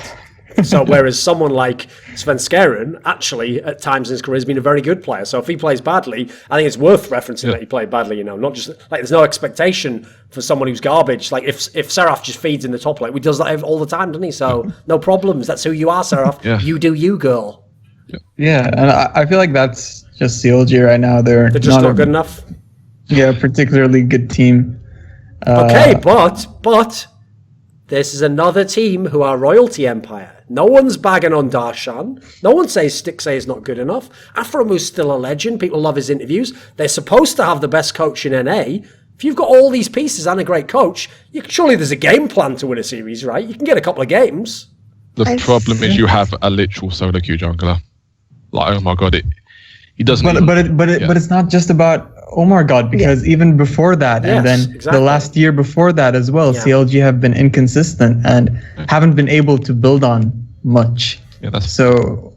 What do you think the problems are? It's hard to I would say it's a combination between coaching and then players. It's easier to point to problems in this series, I think, and then maybe go out broadly. Like this series, I think, because they weren't really sure what to do with their jungler, they fell into the trap that a lot of teams that don't know what to do with their jungler fall into, which is that we'll pick scaling lanes and then maybe come back after a deficit in that sense. And they also fell into what I consider the Zyra trap, where if you pick it like in the same rotation super early, you're obviously giving up something, so you have to make that bot lane 2v2 work really, really well for you. And they weren't really able to do that, in part because of how Smithy was working, and also in part because of Stixxay being fundamentally kind of an inconsistent player. Like, I think Stixxay is a big part of CLG's inconsistency, personally. So, and the fact that they put a lot of eggs in Stixxay's basket, quite a bit. So extrapolating that into a larger series of what makes CLG inconsistent, I do think that that's a factor to consider. But obviously there was a lot more stuff going on. Like, why do you think Stixxay either gets praised or just people ignore him? Like, what is special about him as a player? I don't really understand. I've never understood the appeal, really. Like, I get that his initial charm was, I'm not double lift, which is like sick. Well, that's one thing, but that can only last so long, you know. Eventually you have to actually play this game called League of Legends and kill people. Finals at MSI. Yeah, that was all great. That was good shit, yeah. That was playing one champion with a fucking mid laner that literally fucking engages and then just like keeps people off you. I mean, I've never seen that for an AD carry. I'd love to. I bet Uzi Eye's like, fuck, can I get some of this? What's going on here? It's just season 4 again. What's it? Like, you know, he had a lot of advantage. He had Aframu in his lane. Fucking hell. How much more do you want? This guy was literally, he had all the crutches. And then eventually they were like, right, now run without the crutches. He was like, well, my legs don't work. I mean, in fairness, I have seen quite a lot more criticism of Stixxay this split, and yeah, he's inconsistent, and he's a limited player, I think, to an extent. And so I guess this is a question: when you think of Stixxay, what do you think he actually? If you think of Stixxay, you think of his player. It's like, okay, what does he excel at? Because I he's okay at utility, maybe fairly good. He has had those times where he's put down damage in his career. He has a decent sense for playing sort of mid-game macro, I guess, but there's so little that just distinguishes Stixxay that I think that's kind of the problem. Because, like, from my perspective, think of it this way, okay? When I think from the CLG perspective, it's like, either we're going to criticize Stixxay, right, and say why you should replace him, blah, blah, blah, etc., or we accept your rationale that he's an okay player. And if we accept that rationale, that just shifts the emphasis somewhere else, right? Yeah. So if Stixxay is just okay, someone else better be fucking amazing elsewhere. Yeah. You know, you can't just have a bunch of okay players. And that's not the case. I mean, you can make an argument for Darshan in terms of like, there are certain things he does really well. Like, he's still a great 1v1 player, but I mean, this team kind of feels like, I mean, you said in the past, right, that CLG felt like a extremely well-built system that got the most out of, because it had the perfect role player in each role. And well, if you look at what you were talking about, that little run they had where they won LCS and they made finals of MSI, that's like one of those ones where you look at it. It reminds me of like the old Cloud9 in like season 3 and season 4. You look at what they did and you were like, amazing job. You literally got like 99% efficiency out of your entire team. No one has to go like, but what if? No, there is no what if. Like you weren't going to do more than that. And the fact you didn't do less than that, great. You actually did a bang up job there. The problem then comes, if you really could upgrade, or you could do something else, or you'd have to notice most of the time when you're like a middling team who wants to do something else, you have to take a gamble, you know. You probably do have to get rid of a player who's decent now and go for someone who might break your whole team. And that seems like what they almost, I mean, I'll give them credit. They did it with Dardoch, it didn't work, fair enough. Yeah. But that's like the one time they seemingly did that, you know. My instinct is that they've kind of been planning all along to just break things down coming into 2018, because I guess before Smithy... So this was like the last run, you think? Yeah. Well, before Smith, I'm not actually sure that I expected Smithy to move, because I remember hearing, okay, Smithy might retire at the end of 2017. Like, this was back in January, February. Like, this was a rumor that was going around, and they were probably like, okay, well, we'll keep going, we'll keep safe for franchise, and then we'll blow whatever we're going to blow up for 2018, and then that kind of... They made the move for Dardoch under whatever auspices that was. I think it's Smithy wants to move away, and that's kind of... So this split, they're like, okay, well, we have a system for... And they're trying to make the most out of the system. Like, how they're using Huhi is actually pretty interesting, but yeah, this team shouldn't be in playoffs even, really, on paper. Okay, let's talk about that then. So what has the change in Huhi been in this team? Because obviously when we talk about when they had their best results a year or ago, he was like objectively the worst fucking player in that team. Yeah. So I think his laning got better. That's one big thing. Yeah. He's champion pool improved. They stopped saying he stopped roaming on every single absence of priority or lack thereof of priority. Again, like a certain European mid laner. But the other thing that I think is worth pointing out with CLG that we haven't really touched on in terms of systematic problems, I think they get a lot out of having somewhat crafty level ones or really planning their level ones well. And then if they go well, that's great, cool. We get kind of a boost in top lane or something. Yeah. And then also later on, Darshan can side lane. How many NA teams can side lane super well, you know? And then this is suddenly a meta where being able to side lane isn't necessarily the end all be all or the most amazing thing. Like you can get by without side laning in this meta. Is their team fighting not that good now? Was their team fighting ever that good? They were at MSI. That was the weird part, wasn't it? It's like before that they used to just split them up, but then at MSI they did actually legit like out team fight, like Flash Wolves, fucking RNG, one game I think. If you watch them, sorry, go on. They kind of used Huhi as like this bait, but I feel like if you figure out that Huhi is a bait, no one did though, because they were like, wait, the mid laner. Apart. But it's the mid laner. That's what everyone... Well, if anything, it worked even better at MSI Rex. They were like, well, no one at MSI level could have an actual bot. And they were like, haha, joke's on you. It's almost like that was like some fucking rigged tournament that we're going to find out was like a Make-A-Wish Foundation thing for fucking Stixay or something. Like, his dad's just a millionaire or something. He's paid all the players, you know, like, come on, let him win. And then they're like, oh, bloody hell, you've scored a touchdown on me. Oh. So if you watch the CLG games, they're team fighting in terms of like these extremely proactive, these extremely I'm going to rush forward 5 people into you, these sorts of fights, like 15, 20, 25 minutes. They're actually still really good at this, but the problem is it's really hard to make those fights actually work anymore, because just everything in the meta is, okay, if you try and do anything aggressive into me at this sort of stage of the game, you will just die because I have better PO and better counter engage. Like, I mean, how many other teams are picking Zyra Khan 3 games in a row? That's my question. Yeah, and they don't really have a player that is in top 4 in their position. Maybe you could say Aframu. So, you know, getting to semis is actually, you know, a pretty good job if you're working with players that are, you know, mostly on a mediocre level. Why do you think Aframu doesn't have more of an impact then? Like, is Aframu not a playmaker like he once was? he's making plays, but you can't do anything about he's making these plays, but it's just like, okay, we're just going to headbutt you off of us.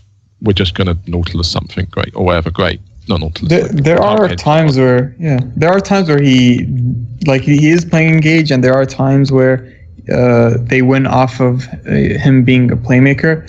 But that's not enough when you're playing against the top teams in NA, because they're smarter at the game. They have better laners.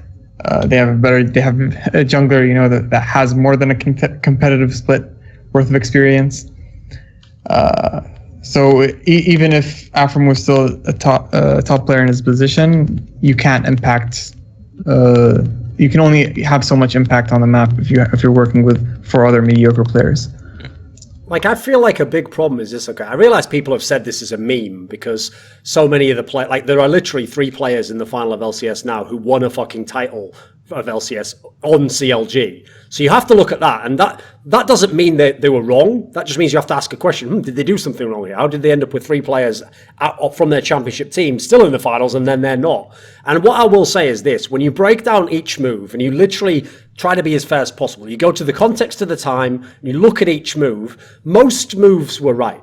Like, for example, okay, letting Pobelter go after they won the LCS wasn't like the end of the world. Like, that one maybe was a little bit questionable because who he coming in on the other side of the deal's not that great. But then again, in the long term, maybe that's all right because who he turned out to be good now. The one where they let Smithy go, obviously, it's predicated on the fact that you hoped you were going to build something with Dardox. I can almost forgive that one again. Something had to change. It was also that scenario, like you were saying about Dignitas. Sometimes, even if logically there isn't one obvious hole to plug, sometimes you have to just change something because you've done the same thing over and over again. It didn't work. And then the other one, which is obviously Doublelift. Doublelift's the one where if you ignore everything except inside the game, that's the categorically terrible move. Because if you had the same team at any point, but add Doublelift in instead of Stixxay, holy fuck, the things you could do. It would be amazing. Problem is, that's the one where it's one of the few ones where, because of what happened with all the leaks, we categorically know that on a personal level, that almost is the move you had to do, maybe even to make this new era of CLG, where the coach could have a lot of impact, where Aframu could lead the whole team, where there wasn't a critical element in the team. And I do feel like this is why I'm worried for CLG going forwards. Not only do they have a mediocre bunch of players now, and they're not one of the biggest orgs anymore. I realize they just took investment, but they don't even have the cachet anymore of being a TSM type team where I've got to go to CLG to further my career, They're kind of just a middling team in that sense. So at the moment, I don't really see how they actually improve, because I feel like between Doublelift at the beginning of their success and Dardoch now, it seems like they've just been completely scared away from any kind of what to me is a potential star player, but unfortunately who has a strong attitude. And everyone else in the team are mediocre players, but with a very passive attitude. So I don't really know where you go from that. It feels like it feels like if anything, you're just stuck with the formula to always be a quarterfinals team. How do you get out of that? In fairness, so looking at CLG Academy, they're trying to obviously bring players through from there, and the 2 top prospects on there, I know both those players are actually.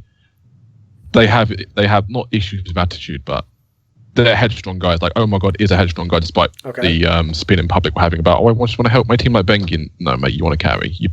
You were known as an Olaf one trick, basically, when you were in Challenger. You want to carry the team. Everyone knows this. And Tuesday, who's the mid laner in the academy team, again, very mid laner. So I think they are trying to move in that direction, but it's difficult. Yeah.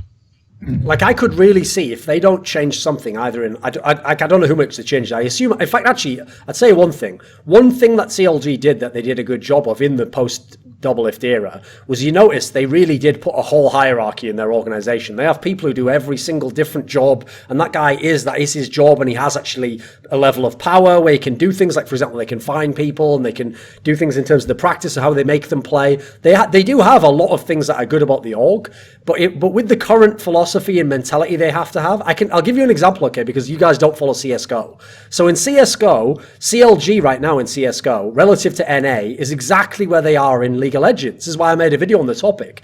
In League of Legends, they at the moment, realistically, for the last like 3 splits, have been sort of like a 4th, 5th, 6th type team, no matter what the results were. Yeah, sometimes in playoffs they got some help from other people, but that's realistically where they were. Well, in NA and CSGO, they are kind of like 4th, 5th best team in NA, and what they do is the same thing. They've got a bunch of players who are either cast-offs or are like, passive, mediocre attitude. They have a good structure, and within their org, every time they talk about their CS team, it's kind of like what they used to say about League. They never put any blame on like, we're still looking for a player, or, maybe this player hasn't improved. What they do instead is they're like, no, we're going to improve the coaching structure, and we believe in our players, and they just have to like find confidence in themselves. And that shit is great because you need it, but it only goes so far. Like that, no amount of amazing speeches and facilities to train people and having rice instead of fries will ever make someone fucking double it. Like, it'll just never happen if you weren't already equipped with that skill level. So what I worry about is next year when we have this franchise system, and now we know CLG is going to be in it because they raised the money from that like Madison Square Garden group. I feel like they are a prime candidate to just be like the team that's in the middle forever. Like, I don't know how they can become the top team, which should be their goal in my opinion. Yeah, like if they can, I think if they add 1-star level talent this off season, that's like a good start. Which position should it be at then? I think you need it in mid lane or in ADC. Probably mid lane because mid lane is like the most crucial role on the map.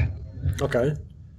Give me an example. If let's say in a world where they could just take someone from the rest of the LCS, but it can't be like Bjergsen, Jensen. We'll take those 2 out of the equation. Is there another mid laner in LCS right now where if they took them, that'd be like a start at least? Froggen, maybe. I mean, that one's almost a cheat, isn't it? Because he's like purposely fucking smurfing for the last like year because he just likes money. Like, that's actually, that one's bullshit in itself, isn't it? Because that's why no one talks about Echo Fox on any talk show. Have you noticed that? Because every conversation would go like this. Imagine if every good player joined Echo Fox, then they'd be good, like brilliant, yeah. Or the other way around. Imagine if Froggen went to another team, yeah, well they would, but neither scenario makes any sense, does it? So, no, I agree, yeah, obviously Froggen, okay. What about this then? I've got a question for you.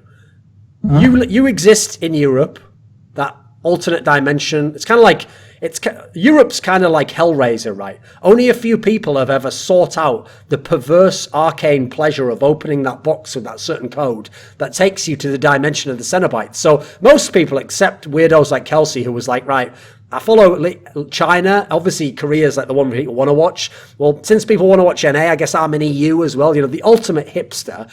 So since you're like her, you exist in Europe. Explain this to me. With the franchise system coming next year, and at the moment there's still no word what they'll do with Europe, but it seems fairly likely it won't be franchised, and if they do, that's a way off.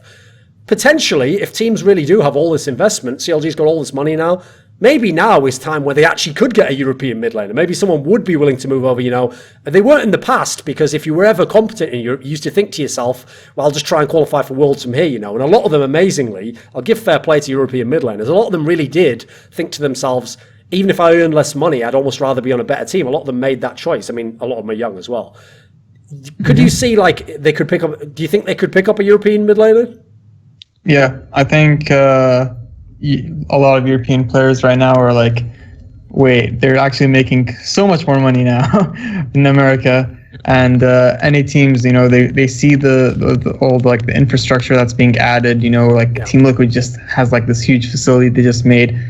And LA is infinitely much better place to live in for most people, at least. I know Kelsey likes Berlin for some reason, but that's Kelsey. Shanghai, whatever, and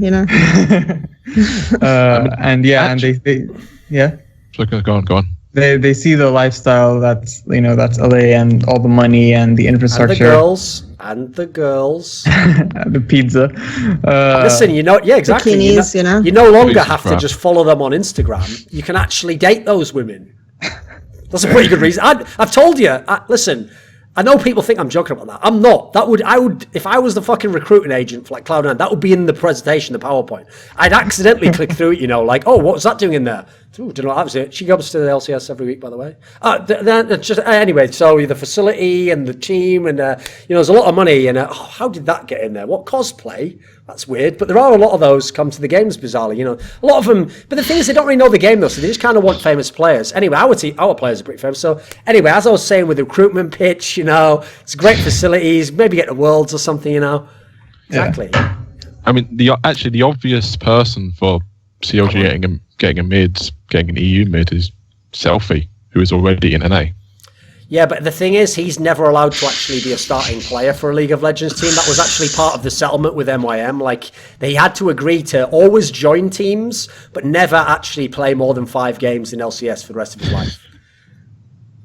Poor Selfie. Seems like it, right? People's minds are blown by Niski. I still get people out of here like, you said this guy wasn't good. And I said, I didn't say he wasn't good. I just said that there are a lot of mids in EU CS or even national leagues that are as good. I mean, Kelsey, let's be real. He's not that good. He's average. Huh? He was fourth choice for that team. Oh, sorry. Niski's not that good, is he? He's just an average player. Yeah, he's not. I mean, when you have Lyra as your jungler. It's not bad, right? See, that's the old Afro Moo Sticks A boost, as we call it. Think about how many people would like to have fucking Lyra as their jungler, mate. And of course, as usual, again, that's another like Selfie style scenario where you just know as soon as Lyra actually gets like a fucking competent top laner or mid laner, he's just going to that'll be when he has his career slump and like the whole meta shifts away and he just bombs completely. It's like, well, into the dumpster you go, mate. Enjoy your life. Like, think about how many people have been like that who were on like Tip and all the other teams. Where are all these fuckers? Bring back Rush, that's what I say. Bring back Rush. Before he had the mental problems in C9 and broke down, which apparently no one's ever allowed to speak about, and I'm just supposed to pretend I imagined that in my brain, did I?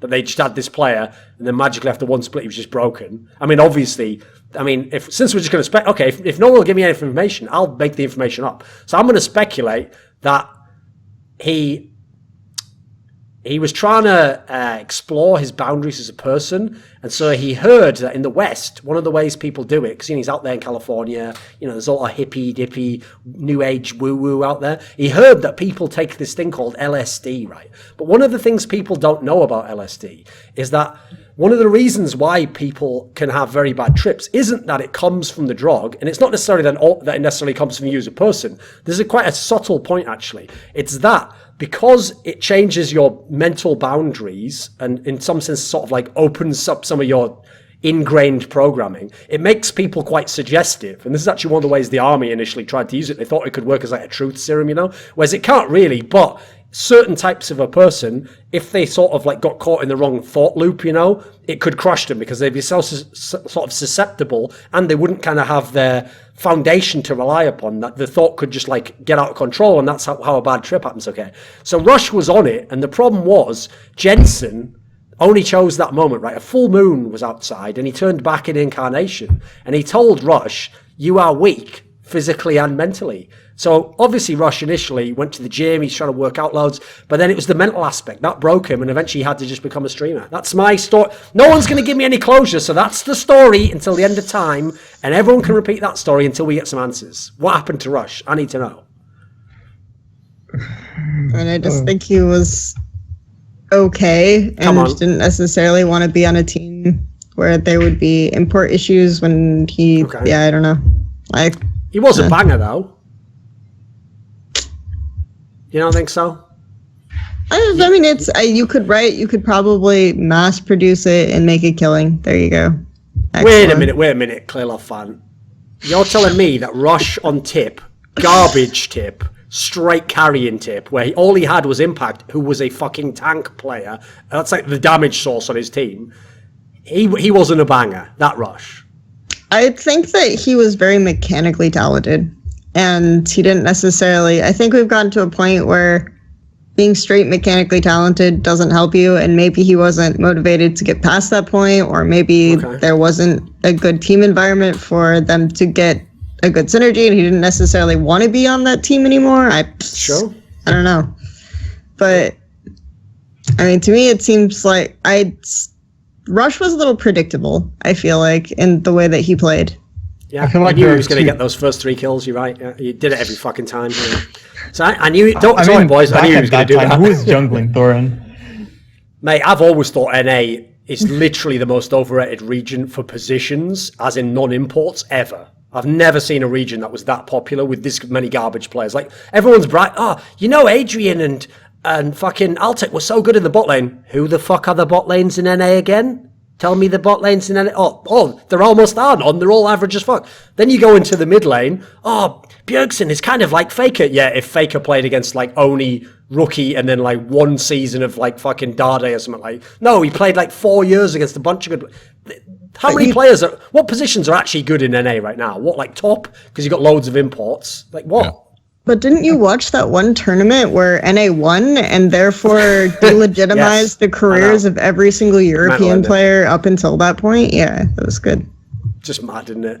I mean, the best thing was, this is why I actually think that, right, the problem is this, okay? When people only have to argue one side of an argument, they can pretend they believe whatever they want because they're not tested. You have to see both sides of, like, someone up and someone down. You have to see what they think and then the other side of it before you actually see if they have a consistent opinion. And what we learned from Fnatic in Season 5 was that NA fans have no consistent logic whatsoever. Because their logic always was, remember, no, it's fine that Bjergsen plays for TSM. TSM's an NA team. And therefore, even though he himself, they never usually went as hard as to say he was an NA player, but he counts for NA's results. Magically, when Europe had Huni and Rainover, suddenly you're not allowed imports anymore. Suddenly that doesn't count anymore. And the fact that, like, positionally, real European European mid laners who are native have always banged the shit out of NA. It was just fine. Like, everyone just kept pretending, the reason why Power of Evil straight bodies TSM every year in the off season is just a coincidence.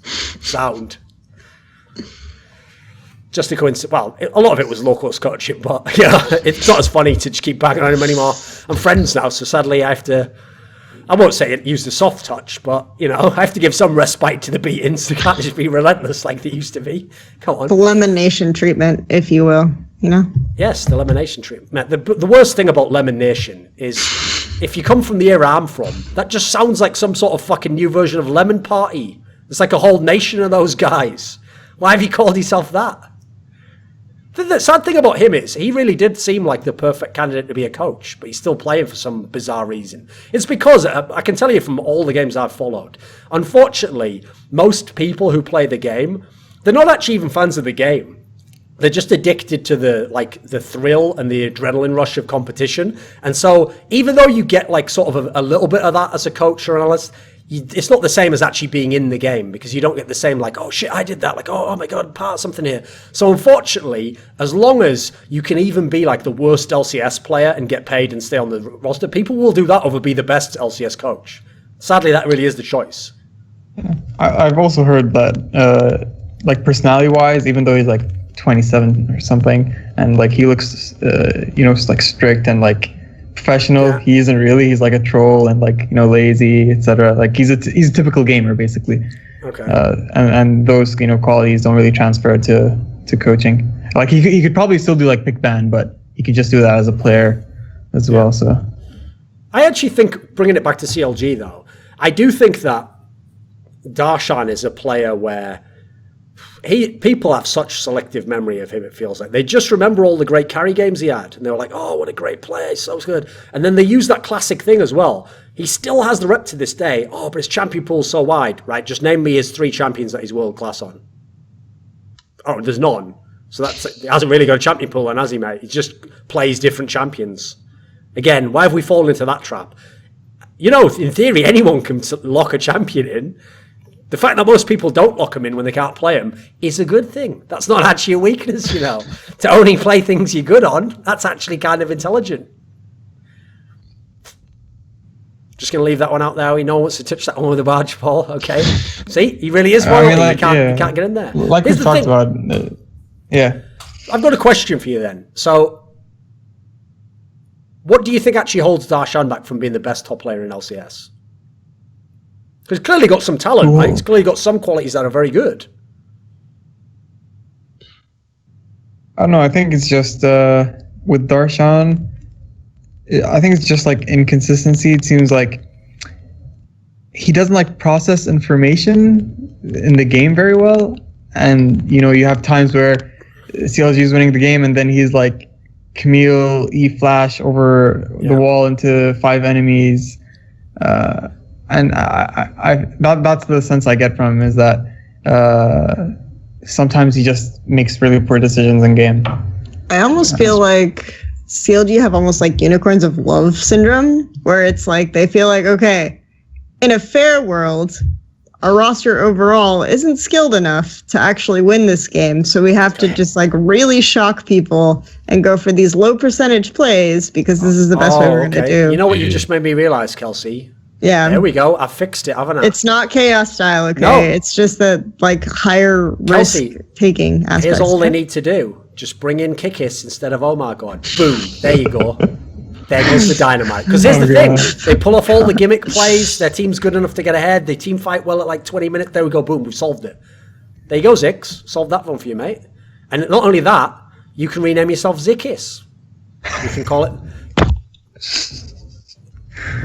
And since you have a middling to average AD carry who just mainly survives off the strength of his support, and yet you think he's good because he kills people in team fights because that's the job of his fucking role, you could call it Chaos style. Ha ha ha ha. Old school reference for all the kids out there. So, listen, the real heads know. The real heads know.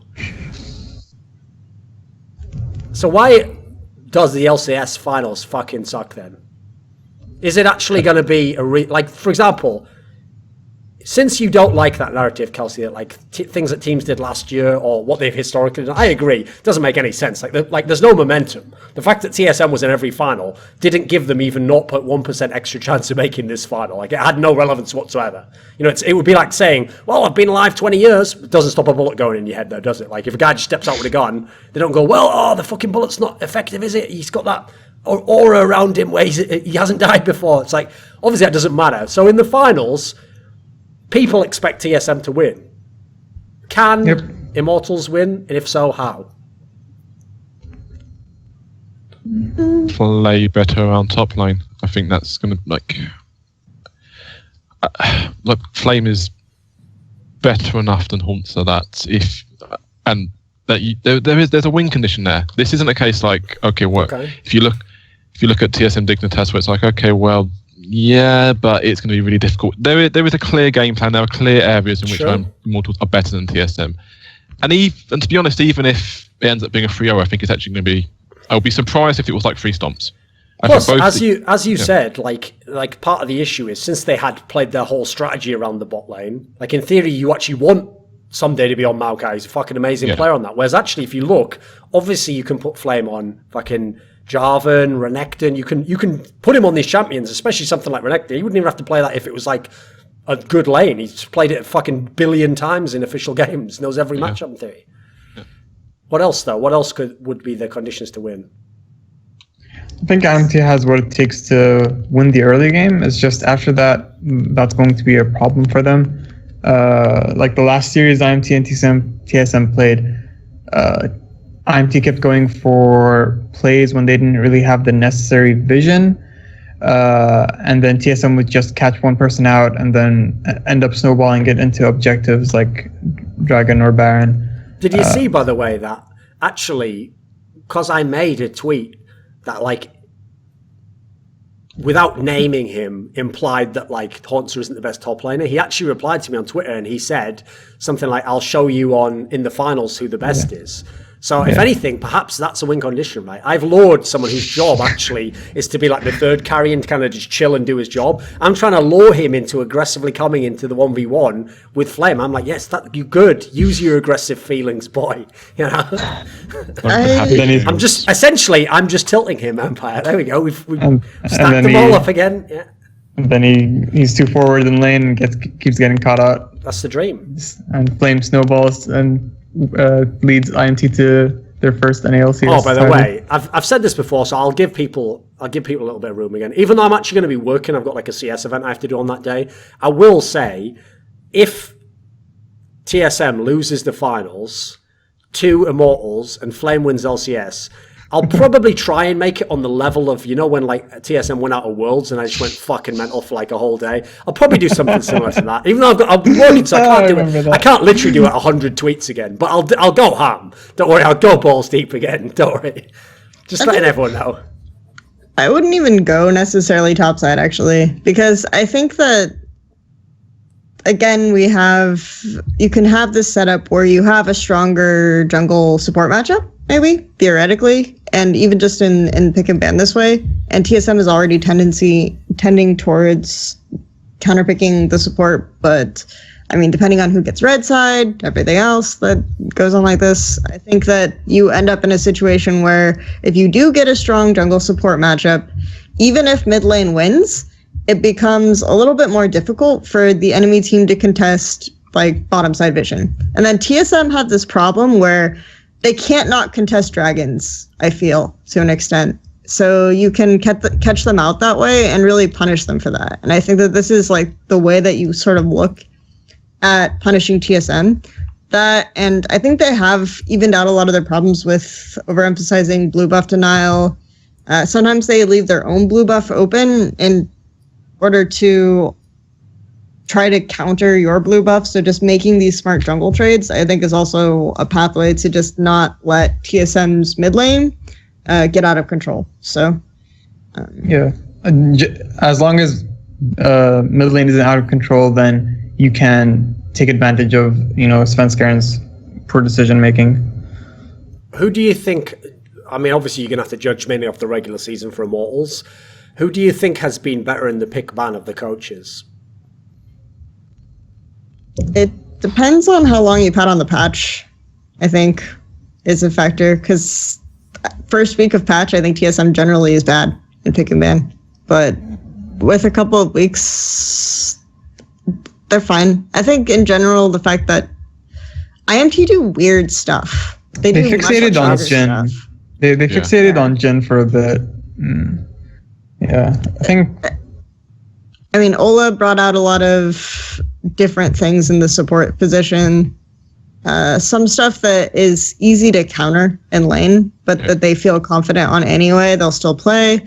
Things that don't scale that well, things that are comfort picks, they'll gravitate towards, like you mentioned, the Jhin. The fact that Coda feels really comfortable in the Jhin. They were picking Kog'Maws a lot of the time, even when it didn't make sense compositionally. This was much earlier in the split, but I think that they do sort of strange bot lane picks. So whereas TSM will just go for much safer stuff. And generally speaking, when you're talking about long extended series, you say the person who picks like the safer things is a little bit better than pick ban, unless it's like weird in a creative way, Yeah. I think Immortals, they're more likely to lose the game in pick ban than TSM are, and that's really, really important with just the sort of stuff they're playing. I mean, TSM have been drafting. I actually think TSM drafted really well on the first series of 716, which is TSM never draft one early in patches, so that's actually a really good sign. But yeah, I mean, an interesting thing about the matchup, obviously, as well as like the star players are all in totally different positions, is like top and support for Immortals, like mid and AD carry for TSM.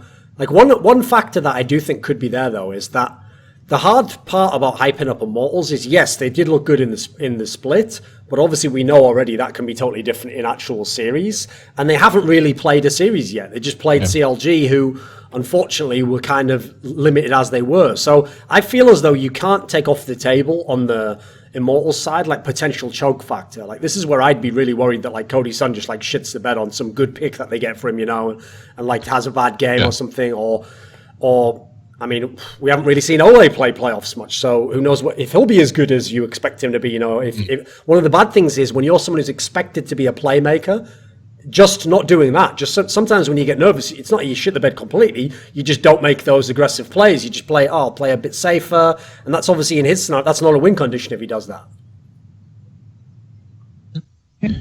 I think Cody is a big question mark, particularly if this. Because we expect these teams, I think we expect these teams to be fairly even early game, fairly even mid game. These games might go late like every single time. And okay, TSM have Bjergsen and Double Lift. You'd expect them to win fights front to back. IMT, Pobelter, and Cody. Okay, Pobelter will do well. Cody, it's so difficult to say. Like, he could have a 6-8 breakout performance. Obviously, he broke back in afterwards, but he broke back, as they might say. Yeah, so much seems to depend on Cody, honestly, and I don't know how people think about how people expect him to do in this series. So. Okay. I wouldn't put it as much as individual players. I just think TSM has been together for 1.5 years, and they've slowly but surely improved and become more flexible. Like, you wouldn't think TSM of last year would be able to pull off a Galio comp if Galio mid existed last year. And okay, as a team they've improved then, but isn't one of their problems that some of their players individually are worse relative to the rest of the field? Like last year, people would have had like their entire team all LCS, right? Yeah. You know how that works out. Yes. You know too well how that works out, man. I don't.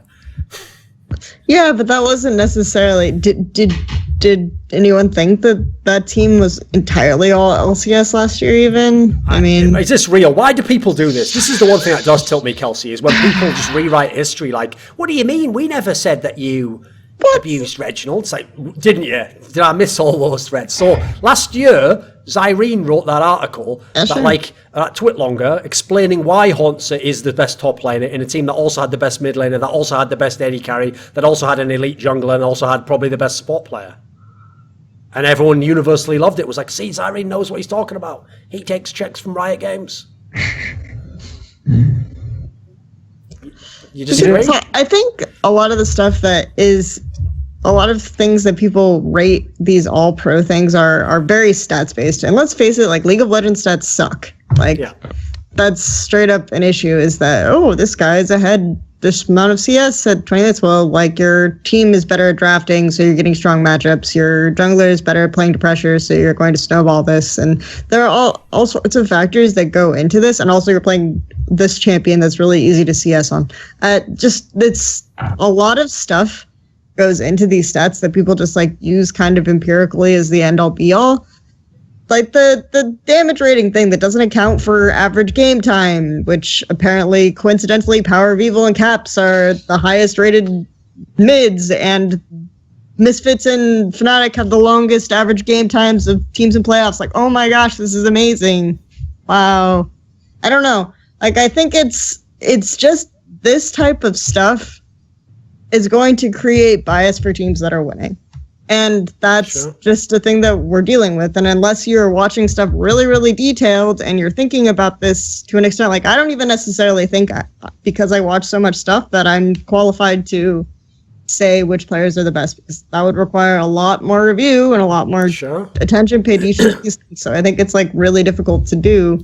That's why I think League's very unique, though, is that League is the game. Like, listen, every stat needs context. The number can't tell you anything on its own except that it's higher or lower than another number.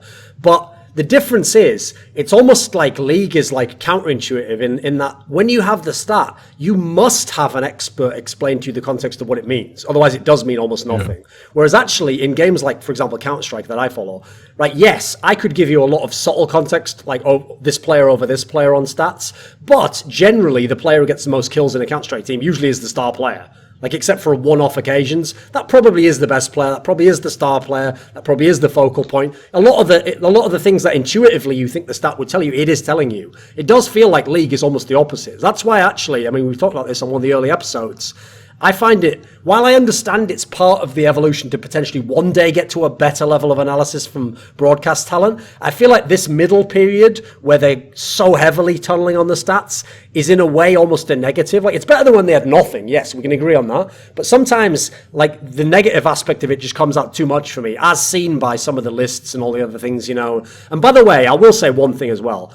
Whenever those sorts of lists and rankings come up, one thing people always say is like, but what's good? This is something that Frank Fields, Miri, famously used to use as his justification on LoL Esports. He would say, but the thing is, it provokes discussion, and that's the whole point of this list.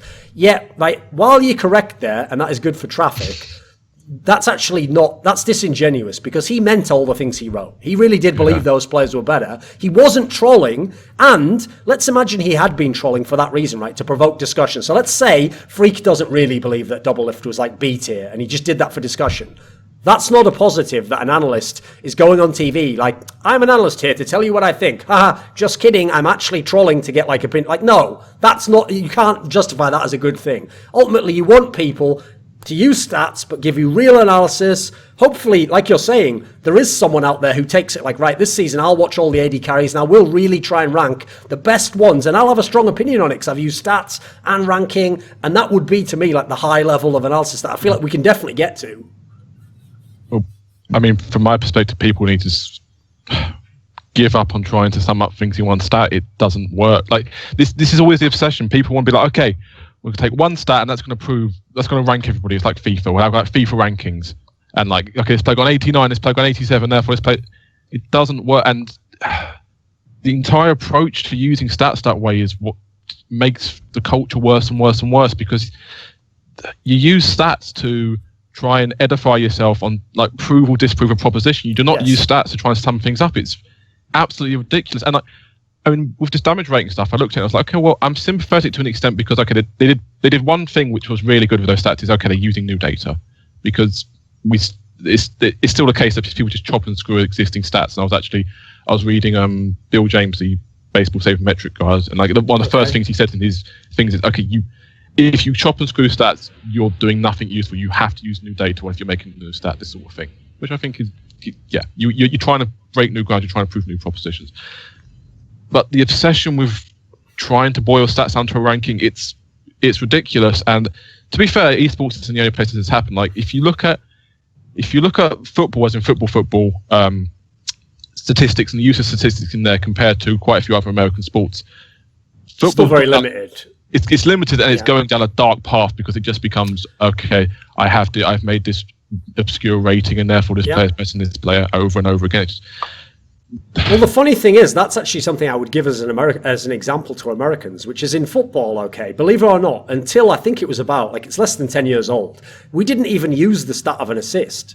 Like, no one gave a fuck that you assisted to the guy who scored the goal. Because actually, what people don't understand is in all sports that assists exist, basketball, hockey, unfortunately, the assist always got expanded over the years to include, like, for example, in like hockey and basketball, you don't even have to make the assist to the guy who scores. You can make like the assist to the guy who then assists the guy who scores, and you get a point for that as well. So like, unfortunately, again, the problem is that tells you that that's equally as good as the best assist in the whole game that sets up a guy who couldn't score otherwise. You know, like the stat, like literally, the worst part about the stat is that it makes you think you learned something, but in thinking you learned something, it stops you investigating further where you would have learned something. You know, you went halfway, and it was like, oh, no need to go further, sir. Down this line, you can see that this player's the best. Like, oh, cool. Well, I won't bother investigating the rest. It's like, no, keep going. Like personally, I think that teams should use as little stats as possible when trying to prep for opponents and teach the game. I feel like most of the information you need is from watching the game and summarizing trends and patterns. Yeah, I mean one annoying thing though is that it's. I really wish, right? I'm praying to every single almighty power that this coming season, this is the season when they start releasing replay files.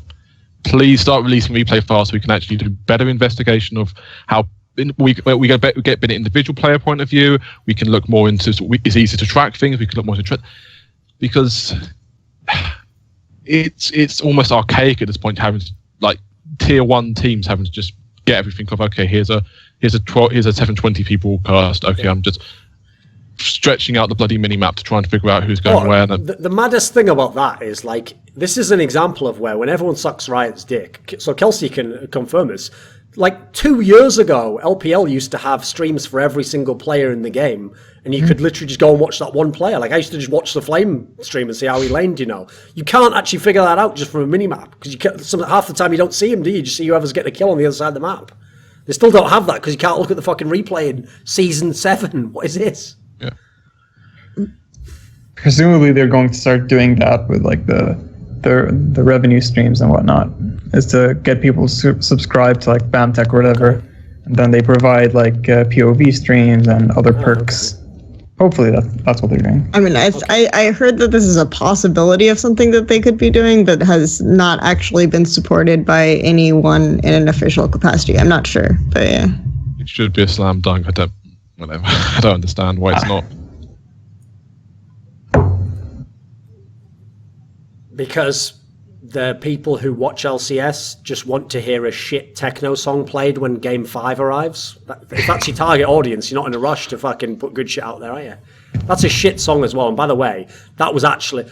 This might sound like I'm just being too bitchy now, but that actually was legitimately fucking garbage when they let Marks do that fucking like shit skit where he like sang that song, because that was like the fucking finals, mate. Come on. Like, if you ever watch me when I do analysis desks in CS, right? Yeah, I fuck around, etc. In the shit games, I don't just go like, oh, welcome to the major final, like, haha, lol, and like troll on a bunch of memes and stuff. Like, this is actually in theory like the pinnacle of someone's life, you know, like some epic moment. You don't just come out with some wacky skit, do you? Or do you? Unless you're Immortals. We'll see. Are you there? Isn't it? Yeah. Not bad. Yeah. Not bad. It's cool. Okay. So, okay, let's talk about the LCK final. Remember, everyone on every episode so far has been convinced SKT to do it. If it's not SKT, it's going to be AKT. Longju, the whole storyline, remember, was that, well, in some quarters, like, Cos would be the limiting factor. In others, like, Khan's just okay, you know. What do you actually think of the way the final played out, Kelsey? Could anyone have anticipated that? I mean, it was really weird because you see, like, for example, LS saying, I really hate it when SKT play early game dependent comps when they're the best late game team, but then they go, like, almost the other way and they pick, like, every single losing lane matchup. And then people have this crazy narrative about Khan's Jace being like mythic and otherworldly, and no one else can play Jason to Cho'Gath, but no other lane had pressure, so it didn't really matter. I don't know. It was a really, like, a lot of the problems that people were sort of theorizing that SKT had fixed it's clear that they weren't really fixed by this series. Okay, give us one then. Let's take one and let's take it apart. So pick one. Okay, so picking one, let's say that their bottom lane. Yeah, their bottom lane was not necessarily doing well, and obviously this is like Prey and Gorilla, and I've said forever that I think this bottom lane is better anyway, but apparently you can't say that after Last Worlds or something. I don't know, but I mean, surely you could make the case it's like the best bottom lane ever at this point in time. Like, I'm sure the only one that even compares is probably Matter and Imp, right? Yeah, but again, like, they had a lot of pressure, and SK Telecom didn't necessarily prioritize picks that could get the strong lane matchup. And then when they had a weak lane matchup, right, Faker would still be playing really, really far forward. And it's the problem that I sort of suggested in the TSM series, where even if you have winning mid, you can't necessarily contest vision in the bot side river if your jungle support matchup sucks. So, I don't know. Faker got easily punished by that a little bit. So, okay, let's start there then. What do you think about... so one of the marquee matchups was mid lane. Obviously, it was Faker and BDD. Like, did that actually live up to the billing? I mean, BDD didn't really play for lane this series, except for, I don't think he played counter matchups most of the series, and just played for team and did what he does well with the team, which is like roam to side lanes. Okay. But even though he was in counter matchups, he didn't let Faker run over the lane. Sure. So, okay, did you it sounded like you wanted to make a point to what Kelsey was saying. On top of their bot lane not performing, SKT's top lane is also a mess right now. It's not existent, right? Yeah, and Khan just completely took over both Untara and Huni. And it's pretty sad because SKT used to have, Impact, then Marin, even though Best, right? Yeah, and then Could have Flame right now if they'd have played the cards right, but you know. And then Duke, pretty fucking sick player. Yeah, maybe communication-wise not the best, but in terms of laning, he's always been solid. And then Huni is like super inconsistent. He's basically a coin flip player. One game, you know, he can carry the lane, carry the game, and the other, he's just ending it. That's the funny thing though, because when he came over and people thought, oh, perfect, you know, Coma's going to like make him disciplined, he's going to craft him as a player. The funny thing is, Huni could definitely be an LCK player. If he was on like MVP or something, they'd love him. They'd carry some games, they'd be like, oh, cool, yeah, we win the game. They'd lose other games. Oh, who cares? You know, we live and die by it. The whole point is, SKT's like probably the only team you're not allowed to go to and just be like, oh, I play inconsistently and do shit that no one's planning for. What's that, coach? You want an entire game plan for how every game's going to go? I am shit out of luck. And it says a lot that they kept bringing in fucking Thorin. Instead, it's not like some scenario where it's like, oh, this guy's got a lot of potential. Oh, we test him out. It's like, no, that's almost just like saying, fuck you, Huni, just sit on the bench. Yeah, they just needed someone. I know stable. This guy can't even win the game, but I'm going to bring this fucker in anyway, just because you really pissing me off. Yeah, like they needed Antara because at least he's stable and you know he's where do you're what he's told, right? Yeah, and yeah, I think the side lanes were huge problem for SKT this series. Like the fact that Cuz played so bad this series, but still won. Like LCK champion Cuz, I believe you mean. Listen, I have to give it up to Wolf every fucking day. By the way, that was like fucking actual pornography for me, where he did that like attacking lane and got his shit pushed in completely. Fucking, I've rewatched that like 100 times, timed when I enjoy myself. Anyway, keep going. What are you gonna say, Kelsey? Yeah. Just the fact that there's no rules here. One of the most abusable things about Longju is the fact that you can punish Cuz for really questionable invades by collapsing, but you don't draft the strong lane matchups to take advantage of that. Just seems really bizarre. I don't know. It really tilts me watching Cuz because he just stands around in the enemy jungle for 30 seconds, and you're like, why is he still there? Why is no one doing anything to, punish him? I mean, I actually have a feeling with regards to. So I think through their entire playoff run, Faker has looked as good as he has in a long time. So going into this series, I was a little skeptical at SKT, but not so skeptical that I was like, okay, they're going to lose. I was thinking, okay, sure. But the reason was because I was watching the games. It's okay.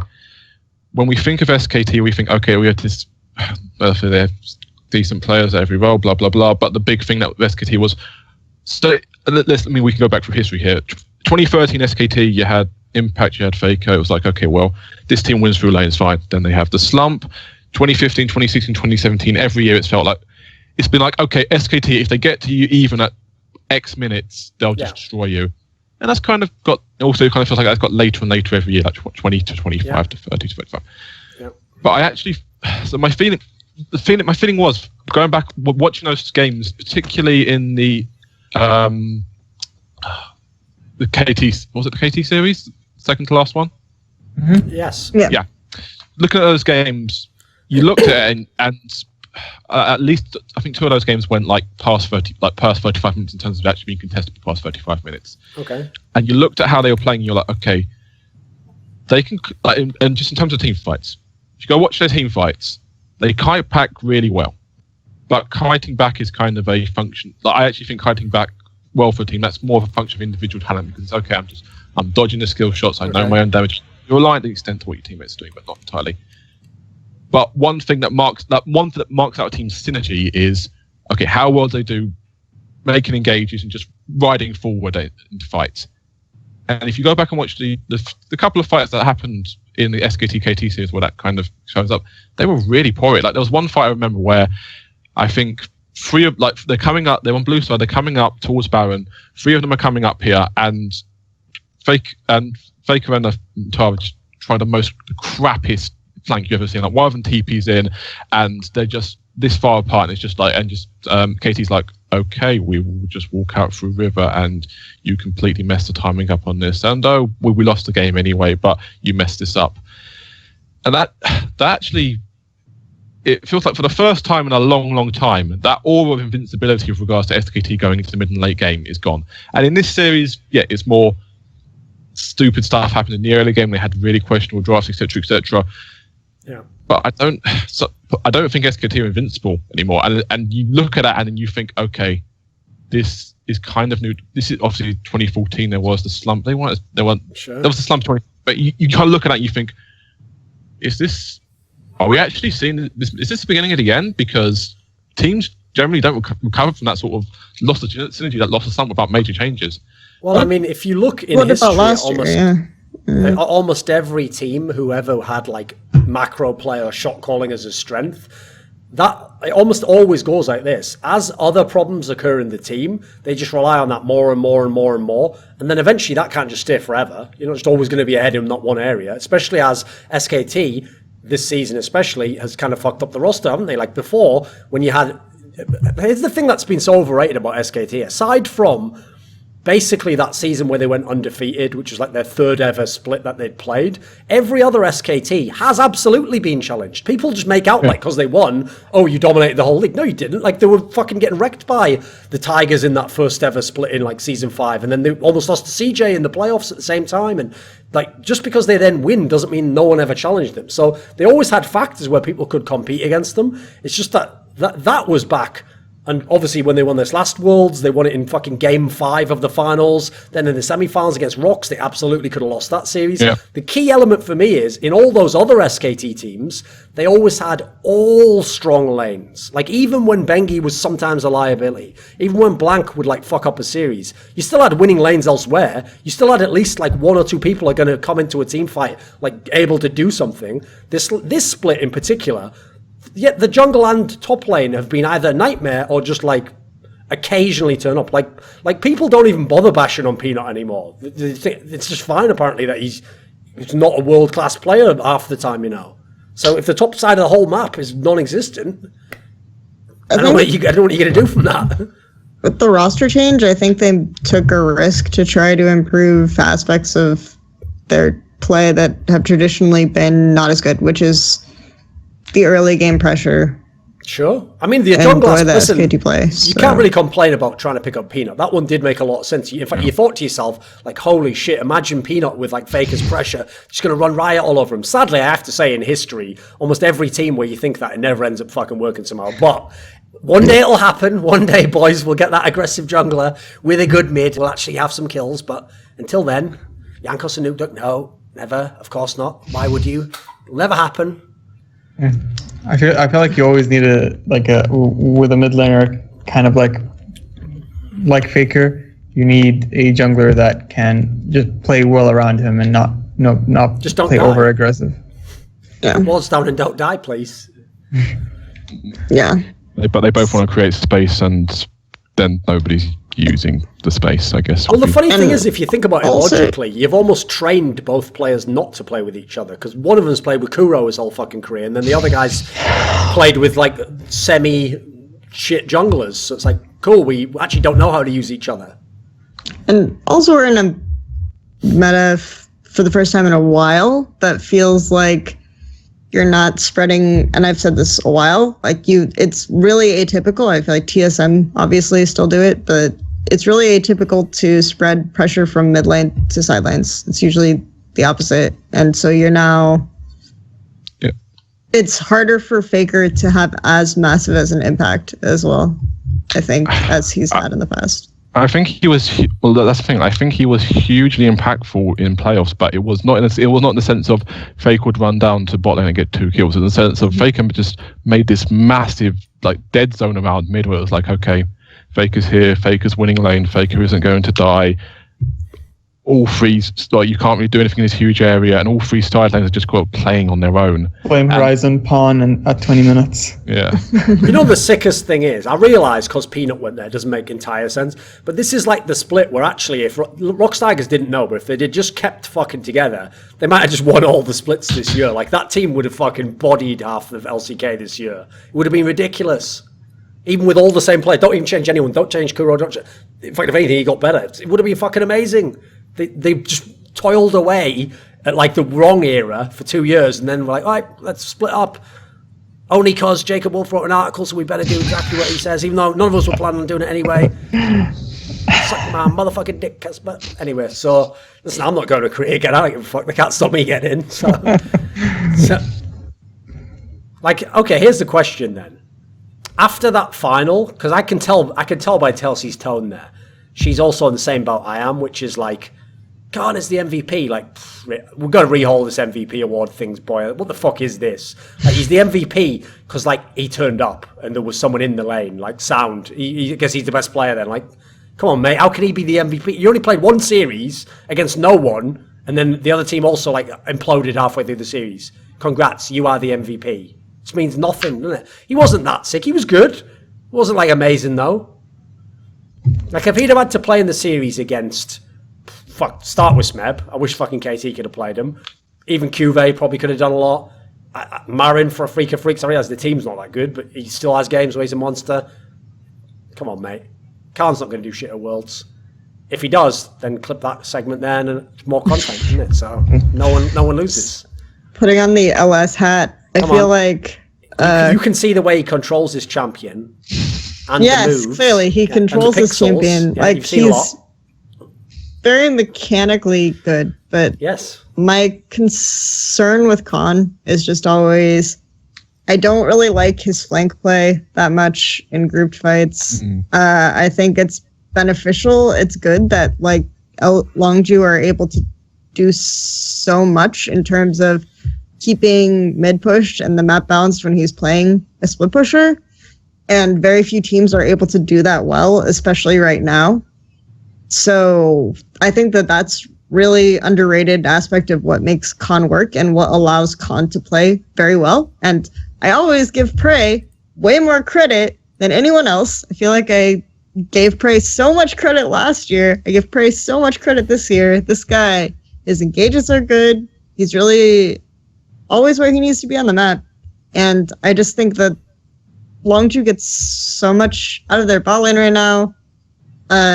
That it's hard for me to give the MVP to Khan in that context.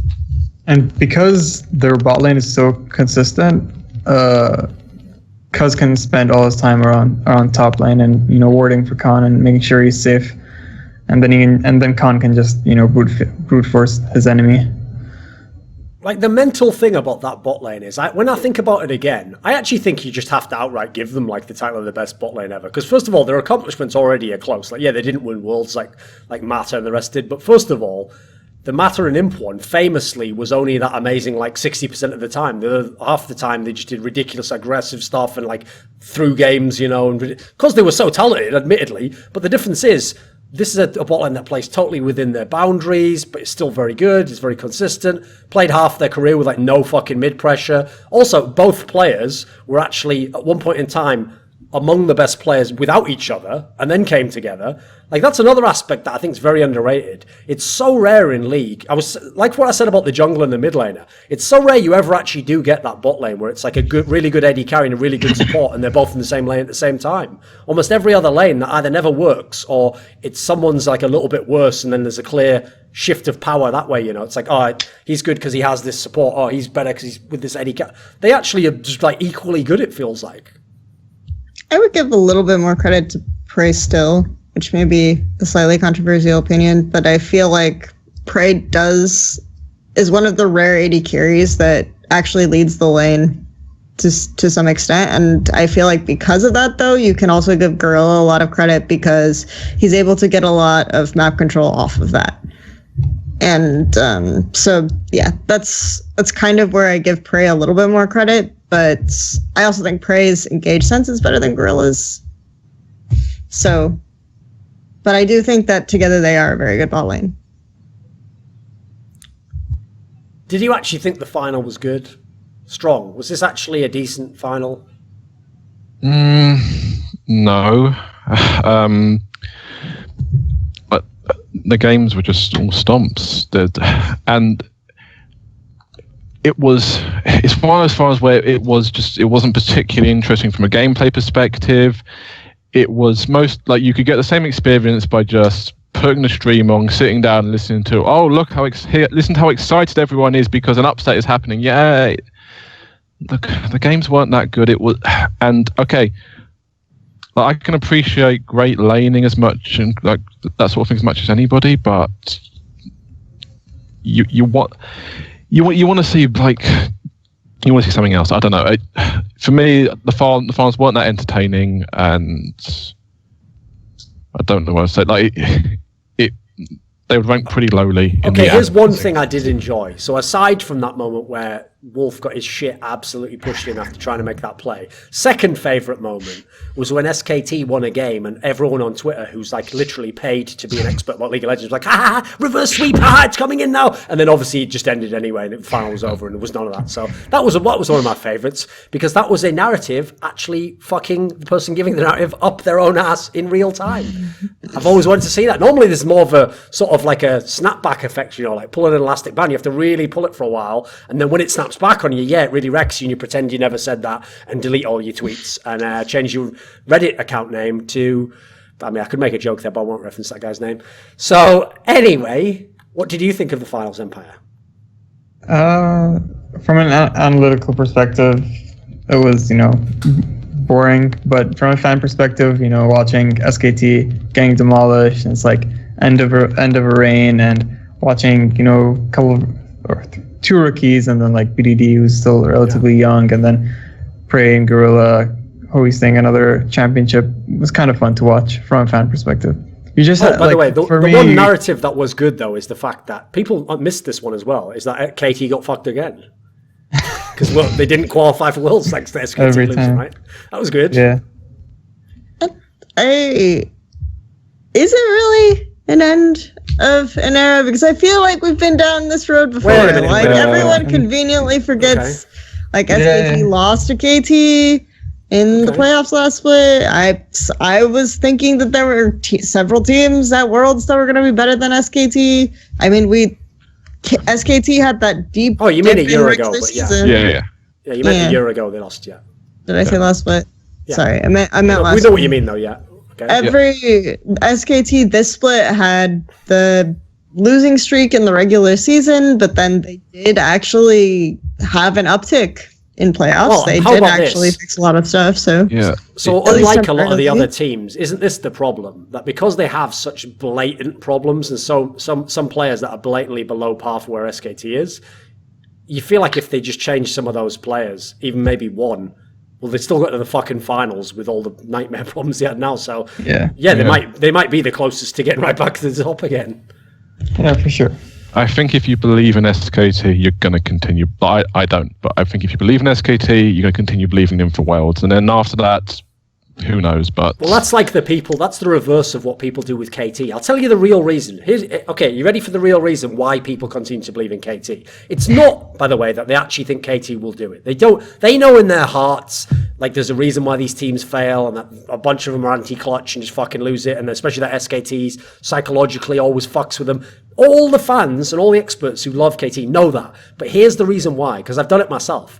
There was a team kind of like KT in CS, right? There were a Danish team called Astralis. And even though in the end they did become the best team, like briefly, they famously would always get to the semi-finals and they would always lose like the big match, Like they could beat that same team in a different match, it didn't matter, but if it was the big match, they'd always lose it. And I have to say, one of the reasons why you keep doubling down is, yes, there's an element of where you're like, I know the team's good enough. Like, I know they could do it. But the real reason you keep doubling down is because after you've got it wrong like 4 times, you don't want the one time that they do it to be the time that you were like, I'm going to be a total turncoat and say the other team who I hate will win. So the problem is if you say that KT was not going to do it now, but then they'd done it and they won that game 5, you would just feel like, that's when you jump out the window, not when they lose 6 times. It's when you got it wrong 5 times, and then the 6th time you got it wrong again, but against the team that you actually cared about. That's the one thing people can't handle.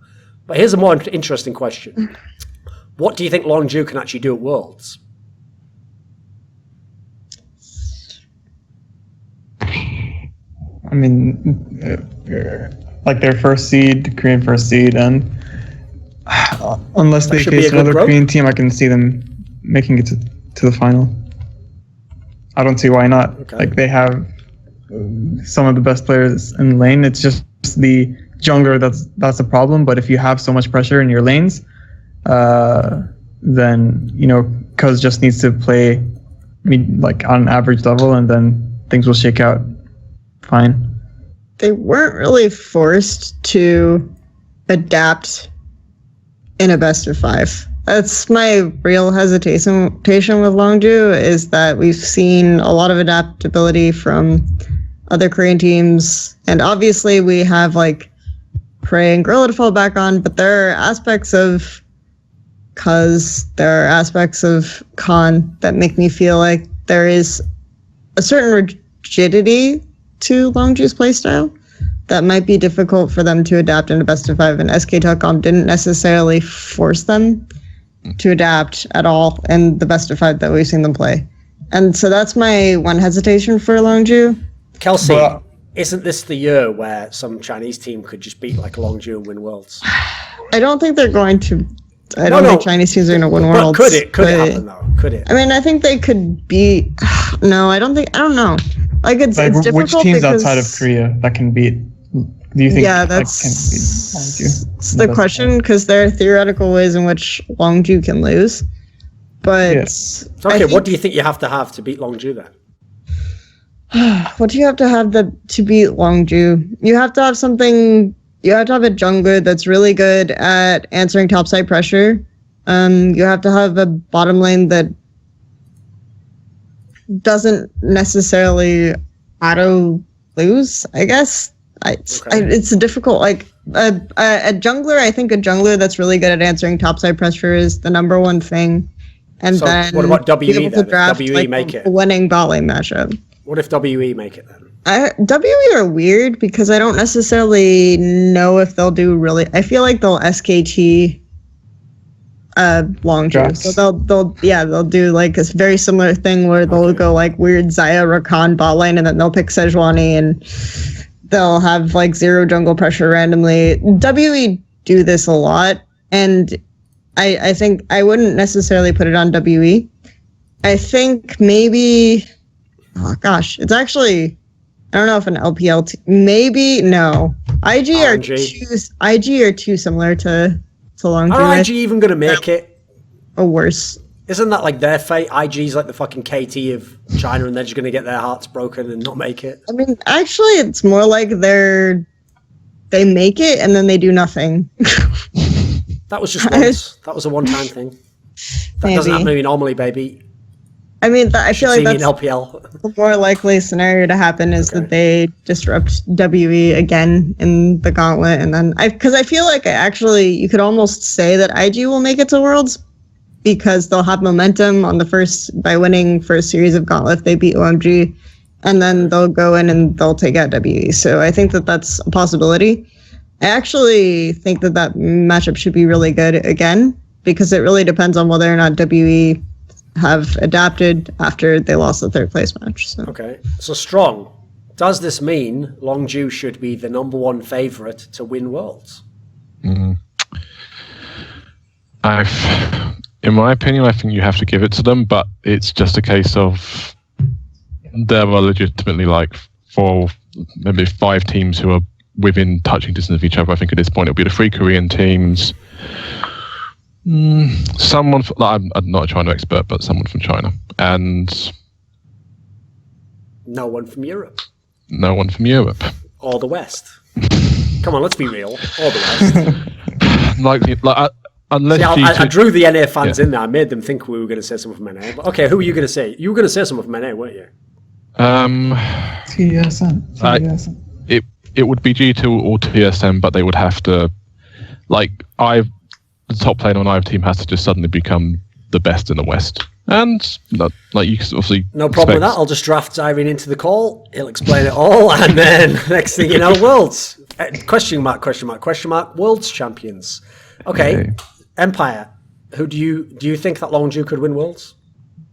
I think I can, but I think they can, but I think KT and SKT would still be favorites, even though SKT lost to Longju. Yeah. Mostly because I think SKT will be more prepared in Worlds over a long tournament after this series kind of figure out how to draft and play around Longju. Sure. And we still need to see Longju play more than one best of 5 and like if meta changes. Yeah, we haven't seen enough from Longji yet. So obviously KT haven't actually qualified yet. They have to play the Samsung match in the regional. Is that like a done deal though? Should they beat Samsung? Because obviously they could have played them actually in the playoffs if SKT hadn't won that series. What do you think? Can KT roll through? I think they should, mostly because I don't think Samsung's bot lane can compete with KT's. Most of KT's wins come off of their bot lane. So Samsung will crown. I have no idea what happened to this kid, because he was almost encroaching like Faker level last season. Yeah. And this year just complete nosedive. He still has some good games every once in a while, but he's mostly been mediocre to bad. So I think the combination of the bot lane and the mid lane should give SKT like an easy 3-0 or 3-1.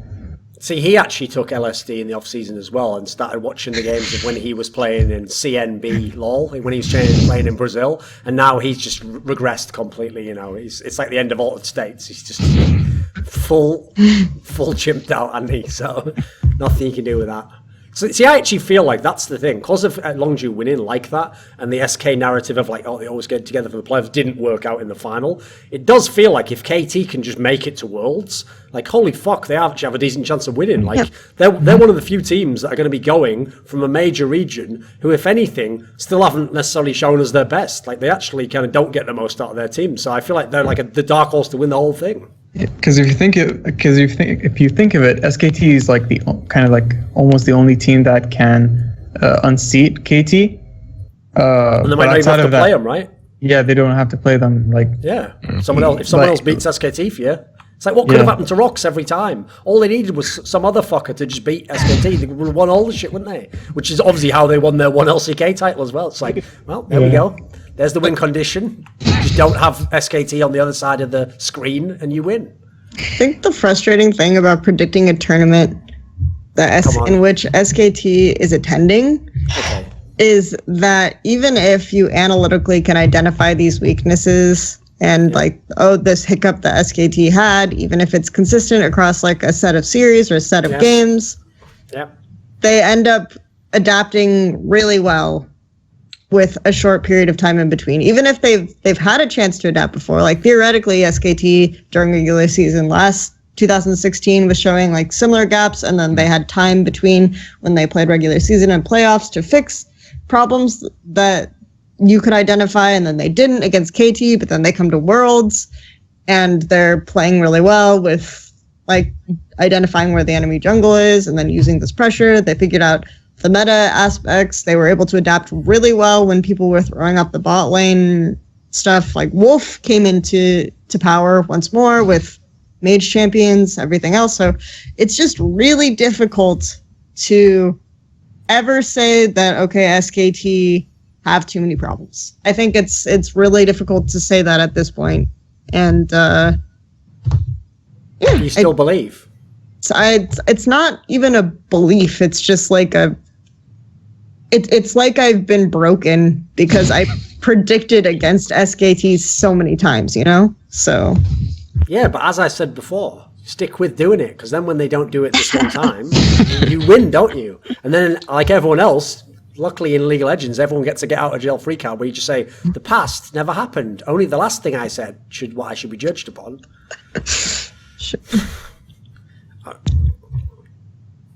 Right. Let me think. Oh, one thing I forgot to ask you about was the NA regional, actually. So let me just have a look at that.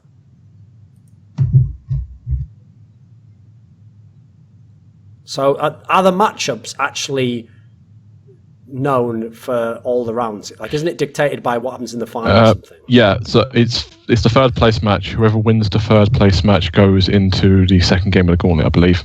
And then the other one goes in the other spot. Yeah, against FlyQuest. So it'd be FlyQuest versus Diggle COG, then the winner of that versus Diggle COG, then the winner of that versus C9. Presumably you are predicting Dignitas to beat CLG. Yeah. Okay. Not even be close. For this gauntlet, I don't feel like it even matters if we know. Like, essentially, we're just looking for one team anyway. Who will make it out of the regional? I mean, I realise it doesn't fucking matter. None of these teams matter. But who will do it, do you think? God, I don't want to see Dignitas go to Worlds. Fuck them. Why is that allowed to happen? It would be between Dignitas and C9. It's got to be C9, surely, if we want the Worlds to be good. See, C9 at the moment is like the KT of fucking NA. It's like the players are good, the potential's there, but they don't live up to it. But if they did, you feel like they'd at least do something at Worlds. What the fuck's Dignitas going to do? I don't want to see fucking Keen and Adrian like, haha, maybe I could win the World Championship. Shut the fuck up. Sit down. Get the fuck out of this tournament. I don't know how you got here. I don't know how, but just be glad you're here and take this beating like you deserve to. I would be surprised if they get past C9 a second time. And by the way, the fucking hate train, if C9 don't win that regional for Jensen, is going to be bananas. That is going to be absolutely bonkers. Mate, people, I've never seen this happen before. People sometimes get mad at narratives. Sometimes they even create entire shows where the concept of the show is that they're mad at narratives and just indirectly try to keep leading people astray from real points analysing the game to talk about narratives and why they're so bad. But normally it's not the public who do that. The backlash against the fact that like all of the NA LCS broadcast talent have talked up how good Jensen is, because he's a very good player. The backlash is only comparable to like people like fucking electing Trump just because they essentially like hate all of the mainstream media telling them they had to elect Hillary. That's like how people feel about like Jensen being called like the best mid. Like they're just, you're not allowed to do it apparently. Like that is like the ultimate sin, is to dare like. If this was literally like the 14th century, TSM fans would be like rounding up people and burning them at the stake for saying that like Jensen's the best mid laner or an MVP candidate or something. You know, like you have to like confess and you'd still be killed, but just like mercifully with a fucking axe to the head instead. Maybe tie that into some sort of a Darius thing. Hotzer could be the executioner, I guess. That's all he's good for, right? I don't know. Some OP champion. Right. Kelsey. Yes. Does it actually matter? If Cloud9 made it to Worlds, could they do some shit? Could they get all their shit together? I think it matters equally as to whether, if Dig make it. I think neither of them really have much of a chance. I think that C9 have had... We talked... Strong had this earlier narrative where the point in the game in which SKT can do things has delayed over years. It's almost the same C9 over the course of this year. Okay. I think they've had the same problems for a very long time. They haven't really changed that much. Reaper is the solution. No. But it's really weird that C9 are effectively the same team. And yeah, there are aspects that I think have improved. Like, I think Jensen has gotten a lot better at roaming to side lanes or backing up his jungler when it's necessary. And there are certain small aspects in which C9 have improved, but they just waste so much time. Like, okay, are we going to make this play in the enemy jungle? Okay, we're roaming with support into the river and we're standing here and we're waiting for mid to come. We have to waste time doing this. Okay, so we're behind now because we wasted so much time doing that. Now we have to team fight. We're only 1-4ing to set up a team fight. And then if people identify this and collapse on our side lane, or if people force mid before we can teleport, then I guess we're screwed. I mean, it's just, I think that you see these same frustrating elements of the way C9 play and why C9 lose. And you really have to fundamentally question whether or not the team does. And they have to, right? They just they have to. But obviously there's a reason why it hasn't changed. And I don't know what it is, but because of that, I don't think that they can be expected to do better at this Worlds than they did last Worlds. So. What's great about this regional is basically like a type of bait to make people ruin their franchises for next year in LCS. Because if like CLG or FlyQuest or Dignitas make it, they'll probably just keep the same roster because they're like, oh, we made Worlds. And then it's like you will just absolutely ruin your whole franchise going forwards because you all absolutely need fucking roster moves. And it's better to lose early. Start that scouting. Start looking for people you can get. And by the way, I said this in the past. In fact, I think I said it on Someone Insight. I don't know if I ever revealed it or not. But I think people finally found out anyway that basically CLG could have had Forgiven about like 3 times. Yeah. And like, again, there's another team. Fucking hell. Imagine when they were actually like really good if they could have had Forgiven on that team. Because one thing people don't realise is, right, he was ridiculous in solo queue. He was an absolute arsehole. But on his teams, he wasn't that bad. I mean, it depends who you were. If you were a little bitch, donkey mid laner, yeah, you might get it. But some people need the backhand. Some people need the hug. That's my like child raising fucking philosophy there. Some people need the backhand. I think that's the end of the episode, isn't it? Can't be. I don't know if we'll do a little bit on EU. I don't want to do much though, because that needs its own episode. Just because then only the people who like that will watch, and then NA people don't give a fuck about EU anyway. Because I think deep down, it's because they actually realise EU's what it looks like if regions actually play fair and don't just import to every position and use their real talent. And EU's still good, obviously better than NA most times, and still can't win worlds. So deep down, to accept what EU is would destroy the very foundation of what NA fans see of themselves in their very core being. So for now, don't watch EU, because EU would be your LSD that would cause you to go into a negative spiral and be destroyed like Rush and who was the other guy? Crown. There we go. Like Russian Crown. Exactly. Yes. So what do you think about Kelsey? Do you remember on the last episode we got in some experts from EU? We got in Yamato Cannon. He has a really deep voice, so he must know what he's talking about. We got in Sencox, who once went to Worlds and helped. Here's the one thing I'll give him credit for. He helped to try and ruin TSM's tournament. And that's one thing that I appreciate. I like that kind of initiative. And anything else that might have happened, that's by the by. He did his job. Everyone was they knew that it was going to be Fnatic go to the final. In fact, Yamato even thought maybe Fnatic wins the final. How did Fnatic get straight banged on? Anyone? I don't know. Maybe you should ask. They had the better analyst. Paid to do bans. No. I think that there's this weird placebo effect that it's like, oh, okay, Fnatic are suddenly playing meta because Reckless is playing Ashe and Varus, right? So there's this idea that suddenly they fixed their problems because that was the only problem, when I don't think it was. I think it was a symptom of the problem, which is why we're tunneling on this strategy, because we don't know how to play the game properly. And there were elements of this that had to do with the way that they use Engage. It's so weird, just because of LCS. It's actually like ruined me. Every time you say elements, I just keep thinking of the team, and it just ruins every point you're making. Anyway, continue. So what else was the problem? Well, then you say ruin, and because I've watched EU CS, nothing wrong with ruin. What are you talking about? You can't say ruin anymore. Perfectly serviceable player. Absolutely. But so Misfits have said that they think that SOAS can't have as great of an impact without Gnar and Jarvan. Okay. But I think it's more like without SOAS playing these champions, Misfits or Fnatic don't necessarily have the options to engage, because you can't really rely on Broxa to engage. You're putting Reckless on some of these engage picks, but he's mostly playing these engage picks so that they can have pressure in the bot lane, and not necessarily for the sake of engaging.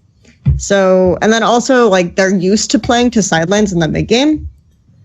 When they no longer have the option of playing to sidelines in the mid game because they're afraid of getting forced on mid, they won't necessarily push out their sidelines very effectively. And if their mid jungle are just losing and hemorrhaging because, I don't know, someone said Broxa was overrated, but no one really listened to her. Fuck that bitch.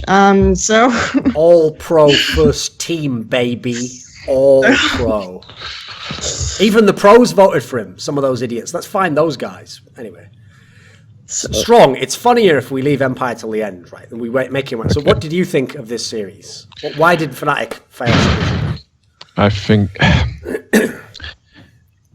basically, to use an analogy to bring it back towards NA, Fnatic's kind of seem like CLG, but good in terms of they have to go at 1,000 miles per second to win games.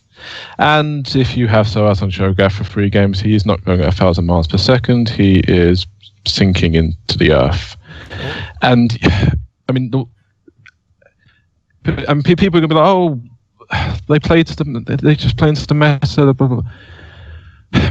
Fnatic seem like a team who are never going to be meta resistant until they just change like half that roster. They're always going to be a team that needs to go with that pick focus style because, like, you mean that roster where every member was voted to the All LCS first, second, or third team? Literally, by definition, the best roster in Europe. Yeah, that was. It's interesting, isn't it? Yeah, I mean, I strongly disagree with that. Jesus, what a monster. Yeah. Get him on my team, please. All I'm going to tell you is this. Here's the principle, okay? Here's how it works.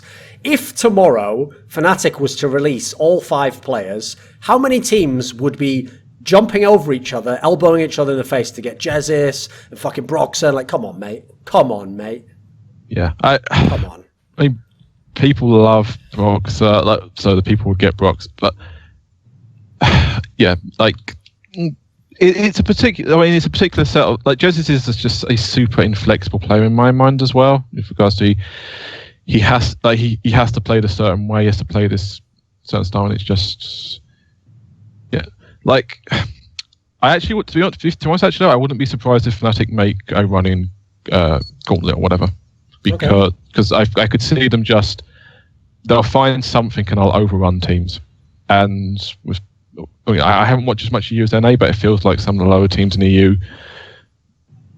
there's a lot more opportunity to get overrun. That's just my perspective. Well, put it this way: so in theory, so it's G2 and H2K, the only ones who made it, and Misfits. And H2K is in the regional, right?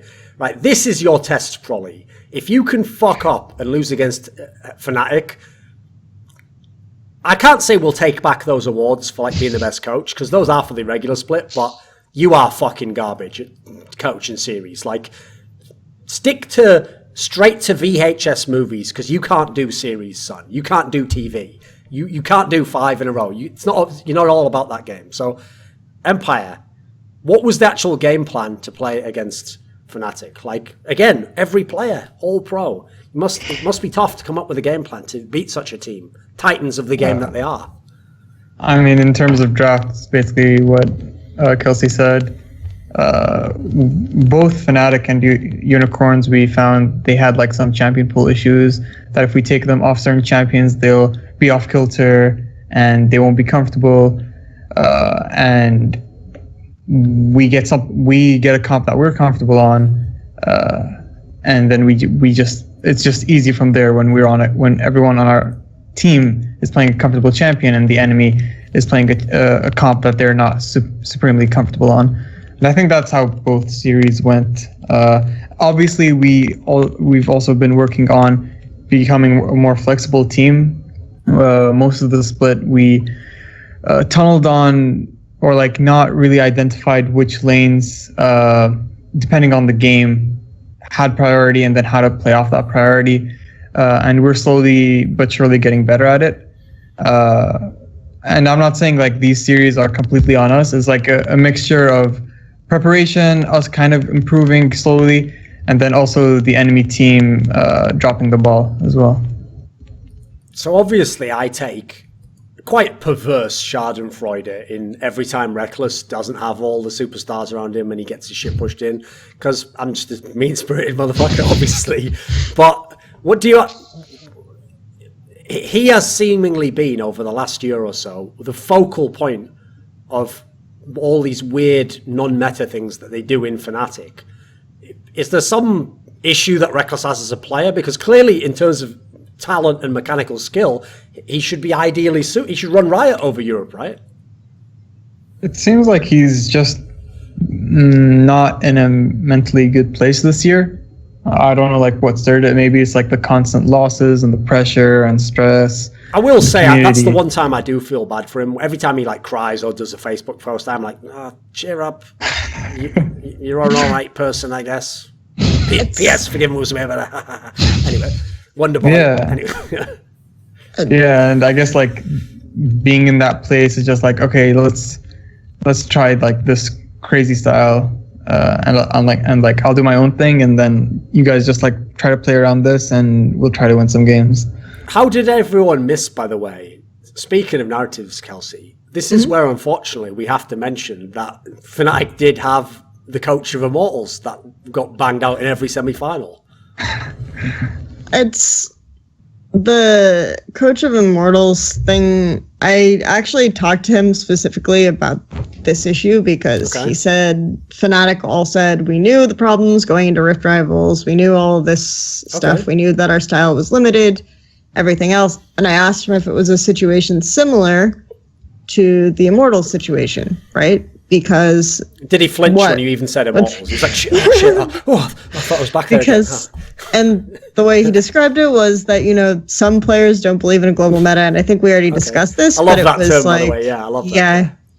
But I do think that just everyone I've talked to about this Fnatic roster, it's when you have Soaz, when you have Reckless, when you have Jezzes, these players are dictating a lot of how the team is going to play. Just due to limitations? Just in general, well, not limitations, but just because they are very headstrong and they do have preferred this way to play concept and this preferred way to play.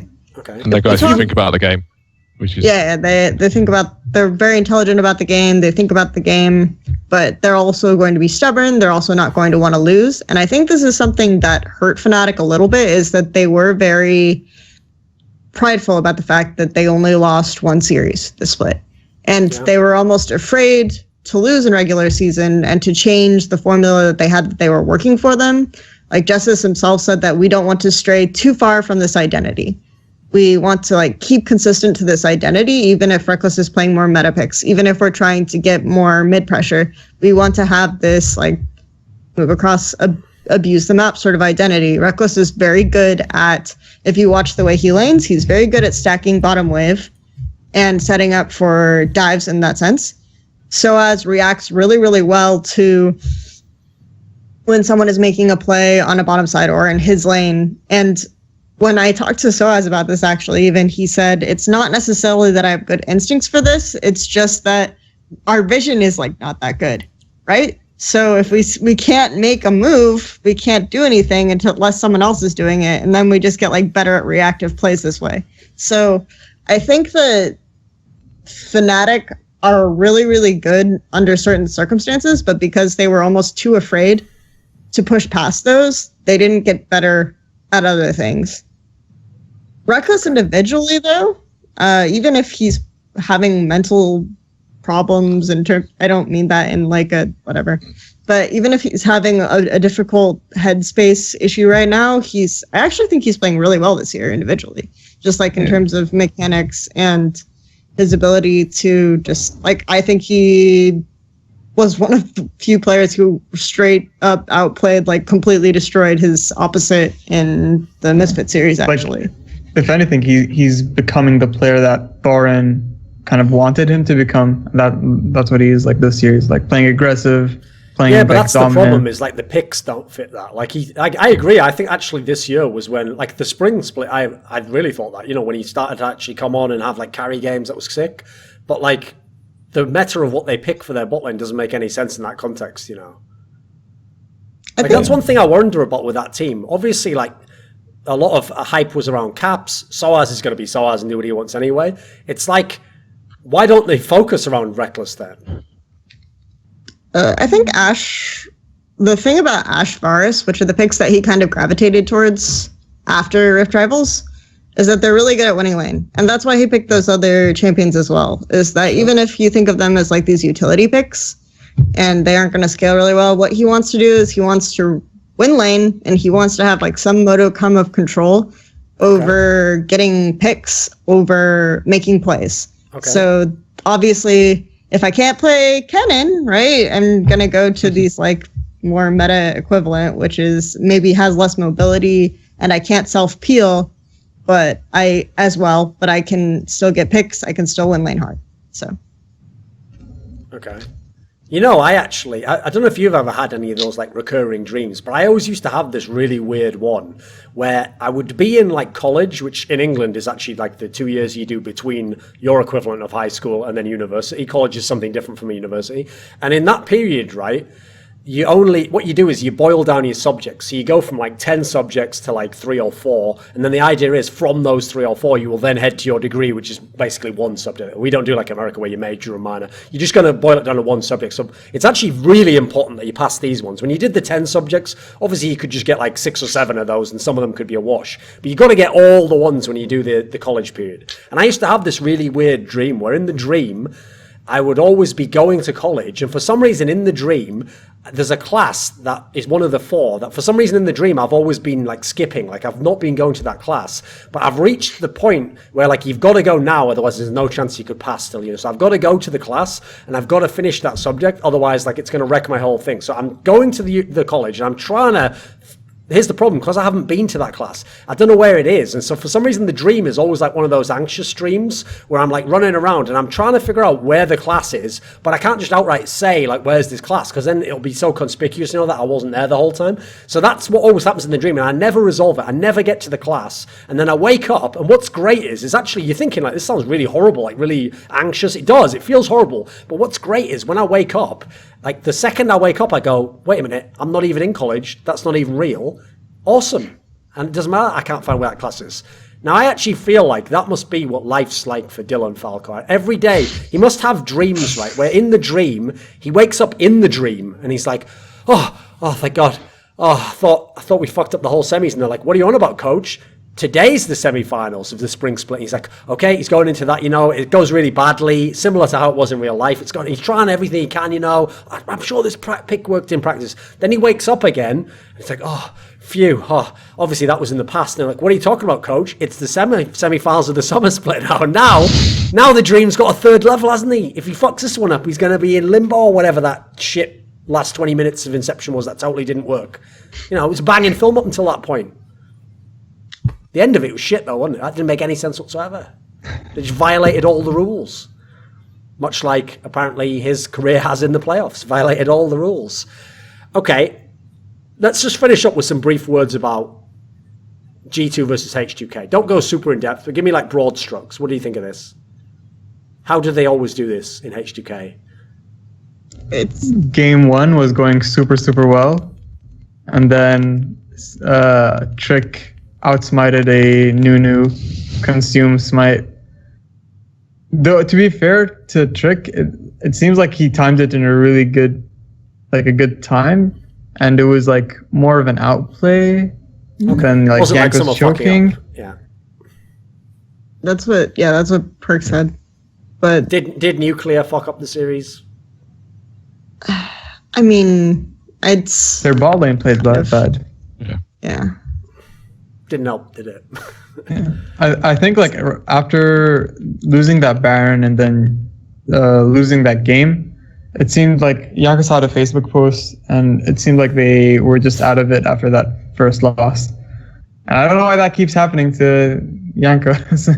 like, well, the sick part is you've been in this position a million times. Like. Yeah. No, that's the sickest part, is that people will meme that it's just Prolly, but it's actually the two of them combined. How many fucking times have they both been in position in the semis to like go, and they always, I'll give credit to Jankos, he doesn't usually like directly fuck it up in terms of play, but it just never happens for the guy, does it?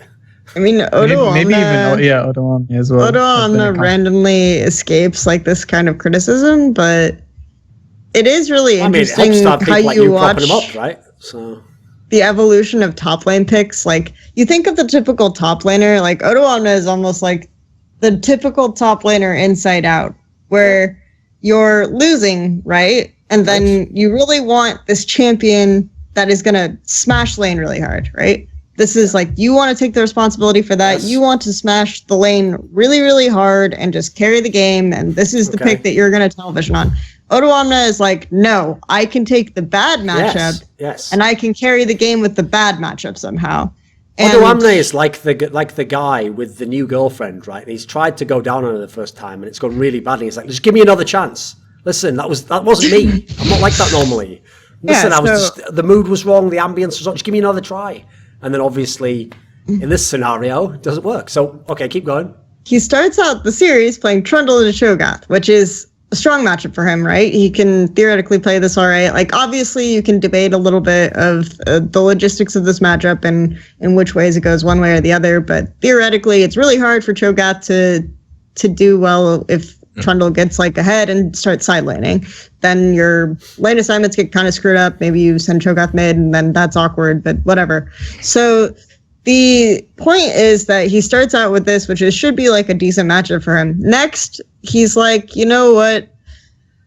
G2 have started out with Jarvan. I'm going to just pick Cho'Gath. This could be a blind pick. This could be into a matchup that has like some pressure on me early. Obviously, even if it's a blind, then Jarvan is jungle, and then Jarvan has pressure on me early to an extent. So it's still not a fun time, but people are willing to play Cho'Gath into these bad matchups because of how well Cho'Gath scales. H2K's comps also don't necessarily have a lot of engage. Like if you're tunnel picking on Cho'Gath, it's really easy to forget engage in some instances. But okay, he does that. And then the third game, it gets even worse. And they first pick the Cho'Gath. Like this evolution of it's very Odoamna. That's like the in ultimate terms mind of the game, way though, isn't it? that he's doing this. It's very typical Odoamna. So I think that this is definitely an issue as well. Okay, then let's just skip that part, because obviously most of that series involves just saying, what the fuck was insert name of H2K member doing? Square brackets, you did it again, Prolly, you son of a bitch, you did it again. So, listen, actually, if anything, yeah, that also is the NA over EU, right? Prolly looks like the best coach in the split every fucking time. In the playoffs, EU coaches prevail yet again. In fact, NA coaches shit in the bed all over the place this time. Get the fuck out, Dylan Falco and Prolly. Our coach is NA. Yeah, Hussein is. Well, he's not going to win the finals, so you can pipe down. I mean, he's Canadian, right? So you can almost give him a. Don't get ahead of yourself there, son. Qualified for Worlds. We all know the rule, by the way. Whoever gets qualified for Worlds by the best team winning never wins, never goes on and wins. You always get boosted, so that doesn't work. Okay, Kelsey, who do you think will win the final?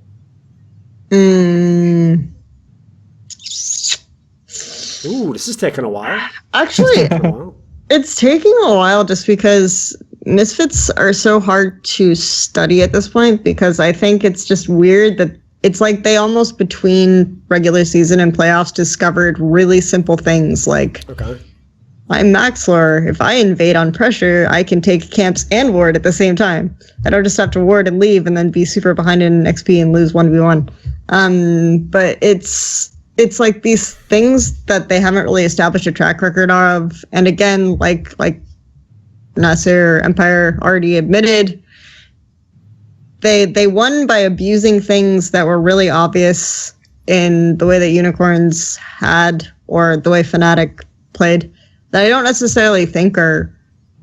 I mean, maybe you can do something with Trick and the fact that he will tunnel vision on some of these scaling junglers, and then he'll go mid at awkward times or something like this. But I don't think that, generally speaking, there's a super obvious abusable thing on G2 for Misfits to play against. And maybe Hussein is just like next level mind gaming or whatever, but even Hussein said that, you know, he really respects G2. He thinks they're the most flexible team in Europe in some ways, that like, you can even riff off of the really terrible discount G2 narrative here, where Misfits are sort of like following in G2's footsteps to try to become flexible. But I just think that it will be much more of a test of how good Misfits have become to play against G2. And I can't really give them the benefit of the doubt in that area, especially since I think like G2 are a team that, because they've been in, it's almost like because they've been in these terrible situations internationally, right, where everyone is like shitting on them, their mental's like completely crashing, that they've sort of developed a really weirdly strong mental fortitude, where game 5s, game 4s, I guess they played a lot more game 4s, become like a moment where they really shine, where they really pull together. And I think G2 have to be favorites to win this. I think something you can go on. Something you can admire about G2 is that every time they've been beaten down, they've been able to come, get back up and slowly improve. Like you don't see their improvement like over weeks, but like over time, you see they become more flexible. They're able to play like different comps. Okay. compare them now to like when they played their first split, when Perks was just, on these assassins and Trig was just counter jungling all the time. Then they just went off of that to how they play now. It's like more meta, more like Korean style or whatever. Sure, yeah. I think that's why Hussein admires them. It's just that they play the best league in EU. Okay. Strong, who do you think will win the final? By the way, I don't know why I have to mention this, but just because Empire's here, don't in any way feel the need to like pretend like Misfits has a chance to win if you don't believe it. No, Just saying. Don't lie. Fact, and incentivize me to shit on Misfits more, Yeah, exactly. It's fun. Makes it's it more fun. Yeah. See if he can take it. I actually think Misfits have a decent shot at it, but I'm really interested to see how this jungle matchups goes, and obviously he has to avert his eyes. It has to avert his eyes, has to avert his ears at this point. But it's just like I feel like something's gonna happen with regards to the jungle matchup. With regards to Max Law's going to. He's been on the it feels like he's been on the up and up with regards to. I think he's going to pull something out, and I know Empire can't answer that, and Empire's like trying to have his best poker face on right now. It's quite good, but my it's feeling. Terrible. What are you talking about? No, but this will be good fun because I actually think that they're similar teams. But I think it's more evenly matched than people are giving it credit for. Like players, but mainly because I think Max Law and Handsome are playing like absolutely great right now. Okay. Number one Maxler. Yeah, I don't think he has that great poker face. He looks like a man who's analysing for a team that's trying to win the LCS with 2 UK players. It's exactly like that. It's a mixture of nervous anticipation, a quiet optimism that perhaps things can be better in the future and we can build towards something greater. But a very small, distant, niggling voice that says G2 probably wins, but we made it to Worlds anyway, so that's all right. That's my read. That's my read. Okay, so. Yeah. Coincidentally, I just became like a prediction god because at the start of the split, I said that Misfits would be good because of the roster change, and then they make it top 2. It's brilliant, You did figure out the secret there, Kelsey, because they always say, right, whenever people show in a landscape that, like these churches spell out a pentagram, there's an old joke that you can always make them spell out a pentagram if you just have a small enough map and a big enough marker pen. So likewise, if you make predictions like Misfits will be good because of their roster change, then you have a very good chance of actually getting some results out of that one, If you try to nail it down anymore, it's going to get risky. So did you nail it down more? Which specific aspect? Come on. I said top 3, but I'm getting credited with top 2, so I'll just accept that, Well, listen, if it's any credit, top 3 doesn't technically matter because with the way the brackets work, etc., like you can come second and not really be the third best team. Sadly, we'll never get to see Misfits against H2K, so we'll never know really if they were the second or third best team. But we can have that pointless debate every single year at Worlds based on the team that got boosted by coming in second on challenger points, like we always do. And we can always, if they lose, discredit them and say Team X should have gone instead, like they do every fucking year. This time it will be Fnatic, presumably, or H2K, but it will happen. Hey, it's Crumbs. You're lost? How do you not know where you are? It's Thorin's channel.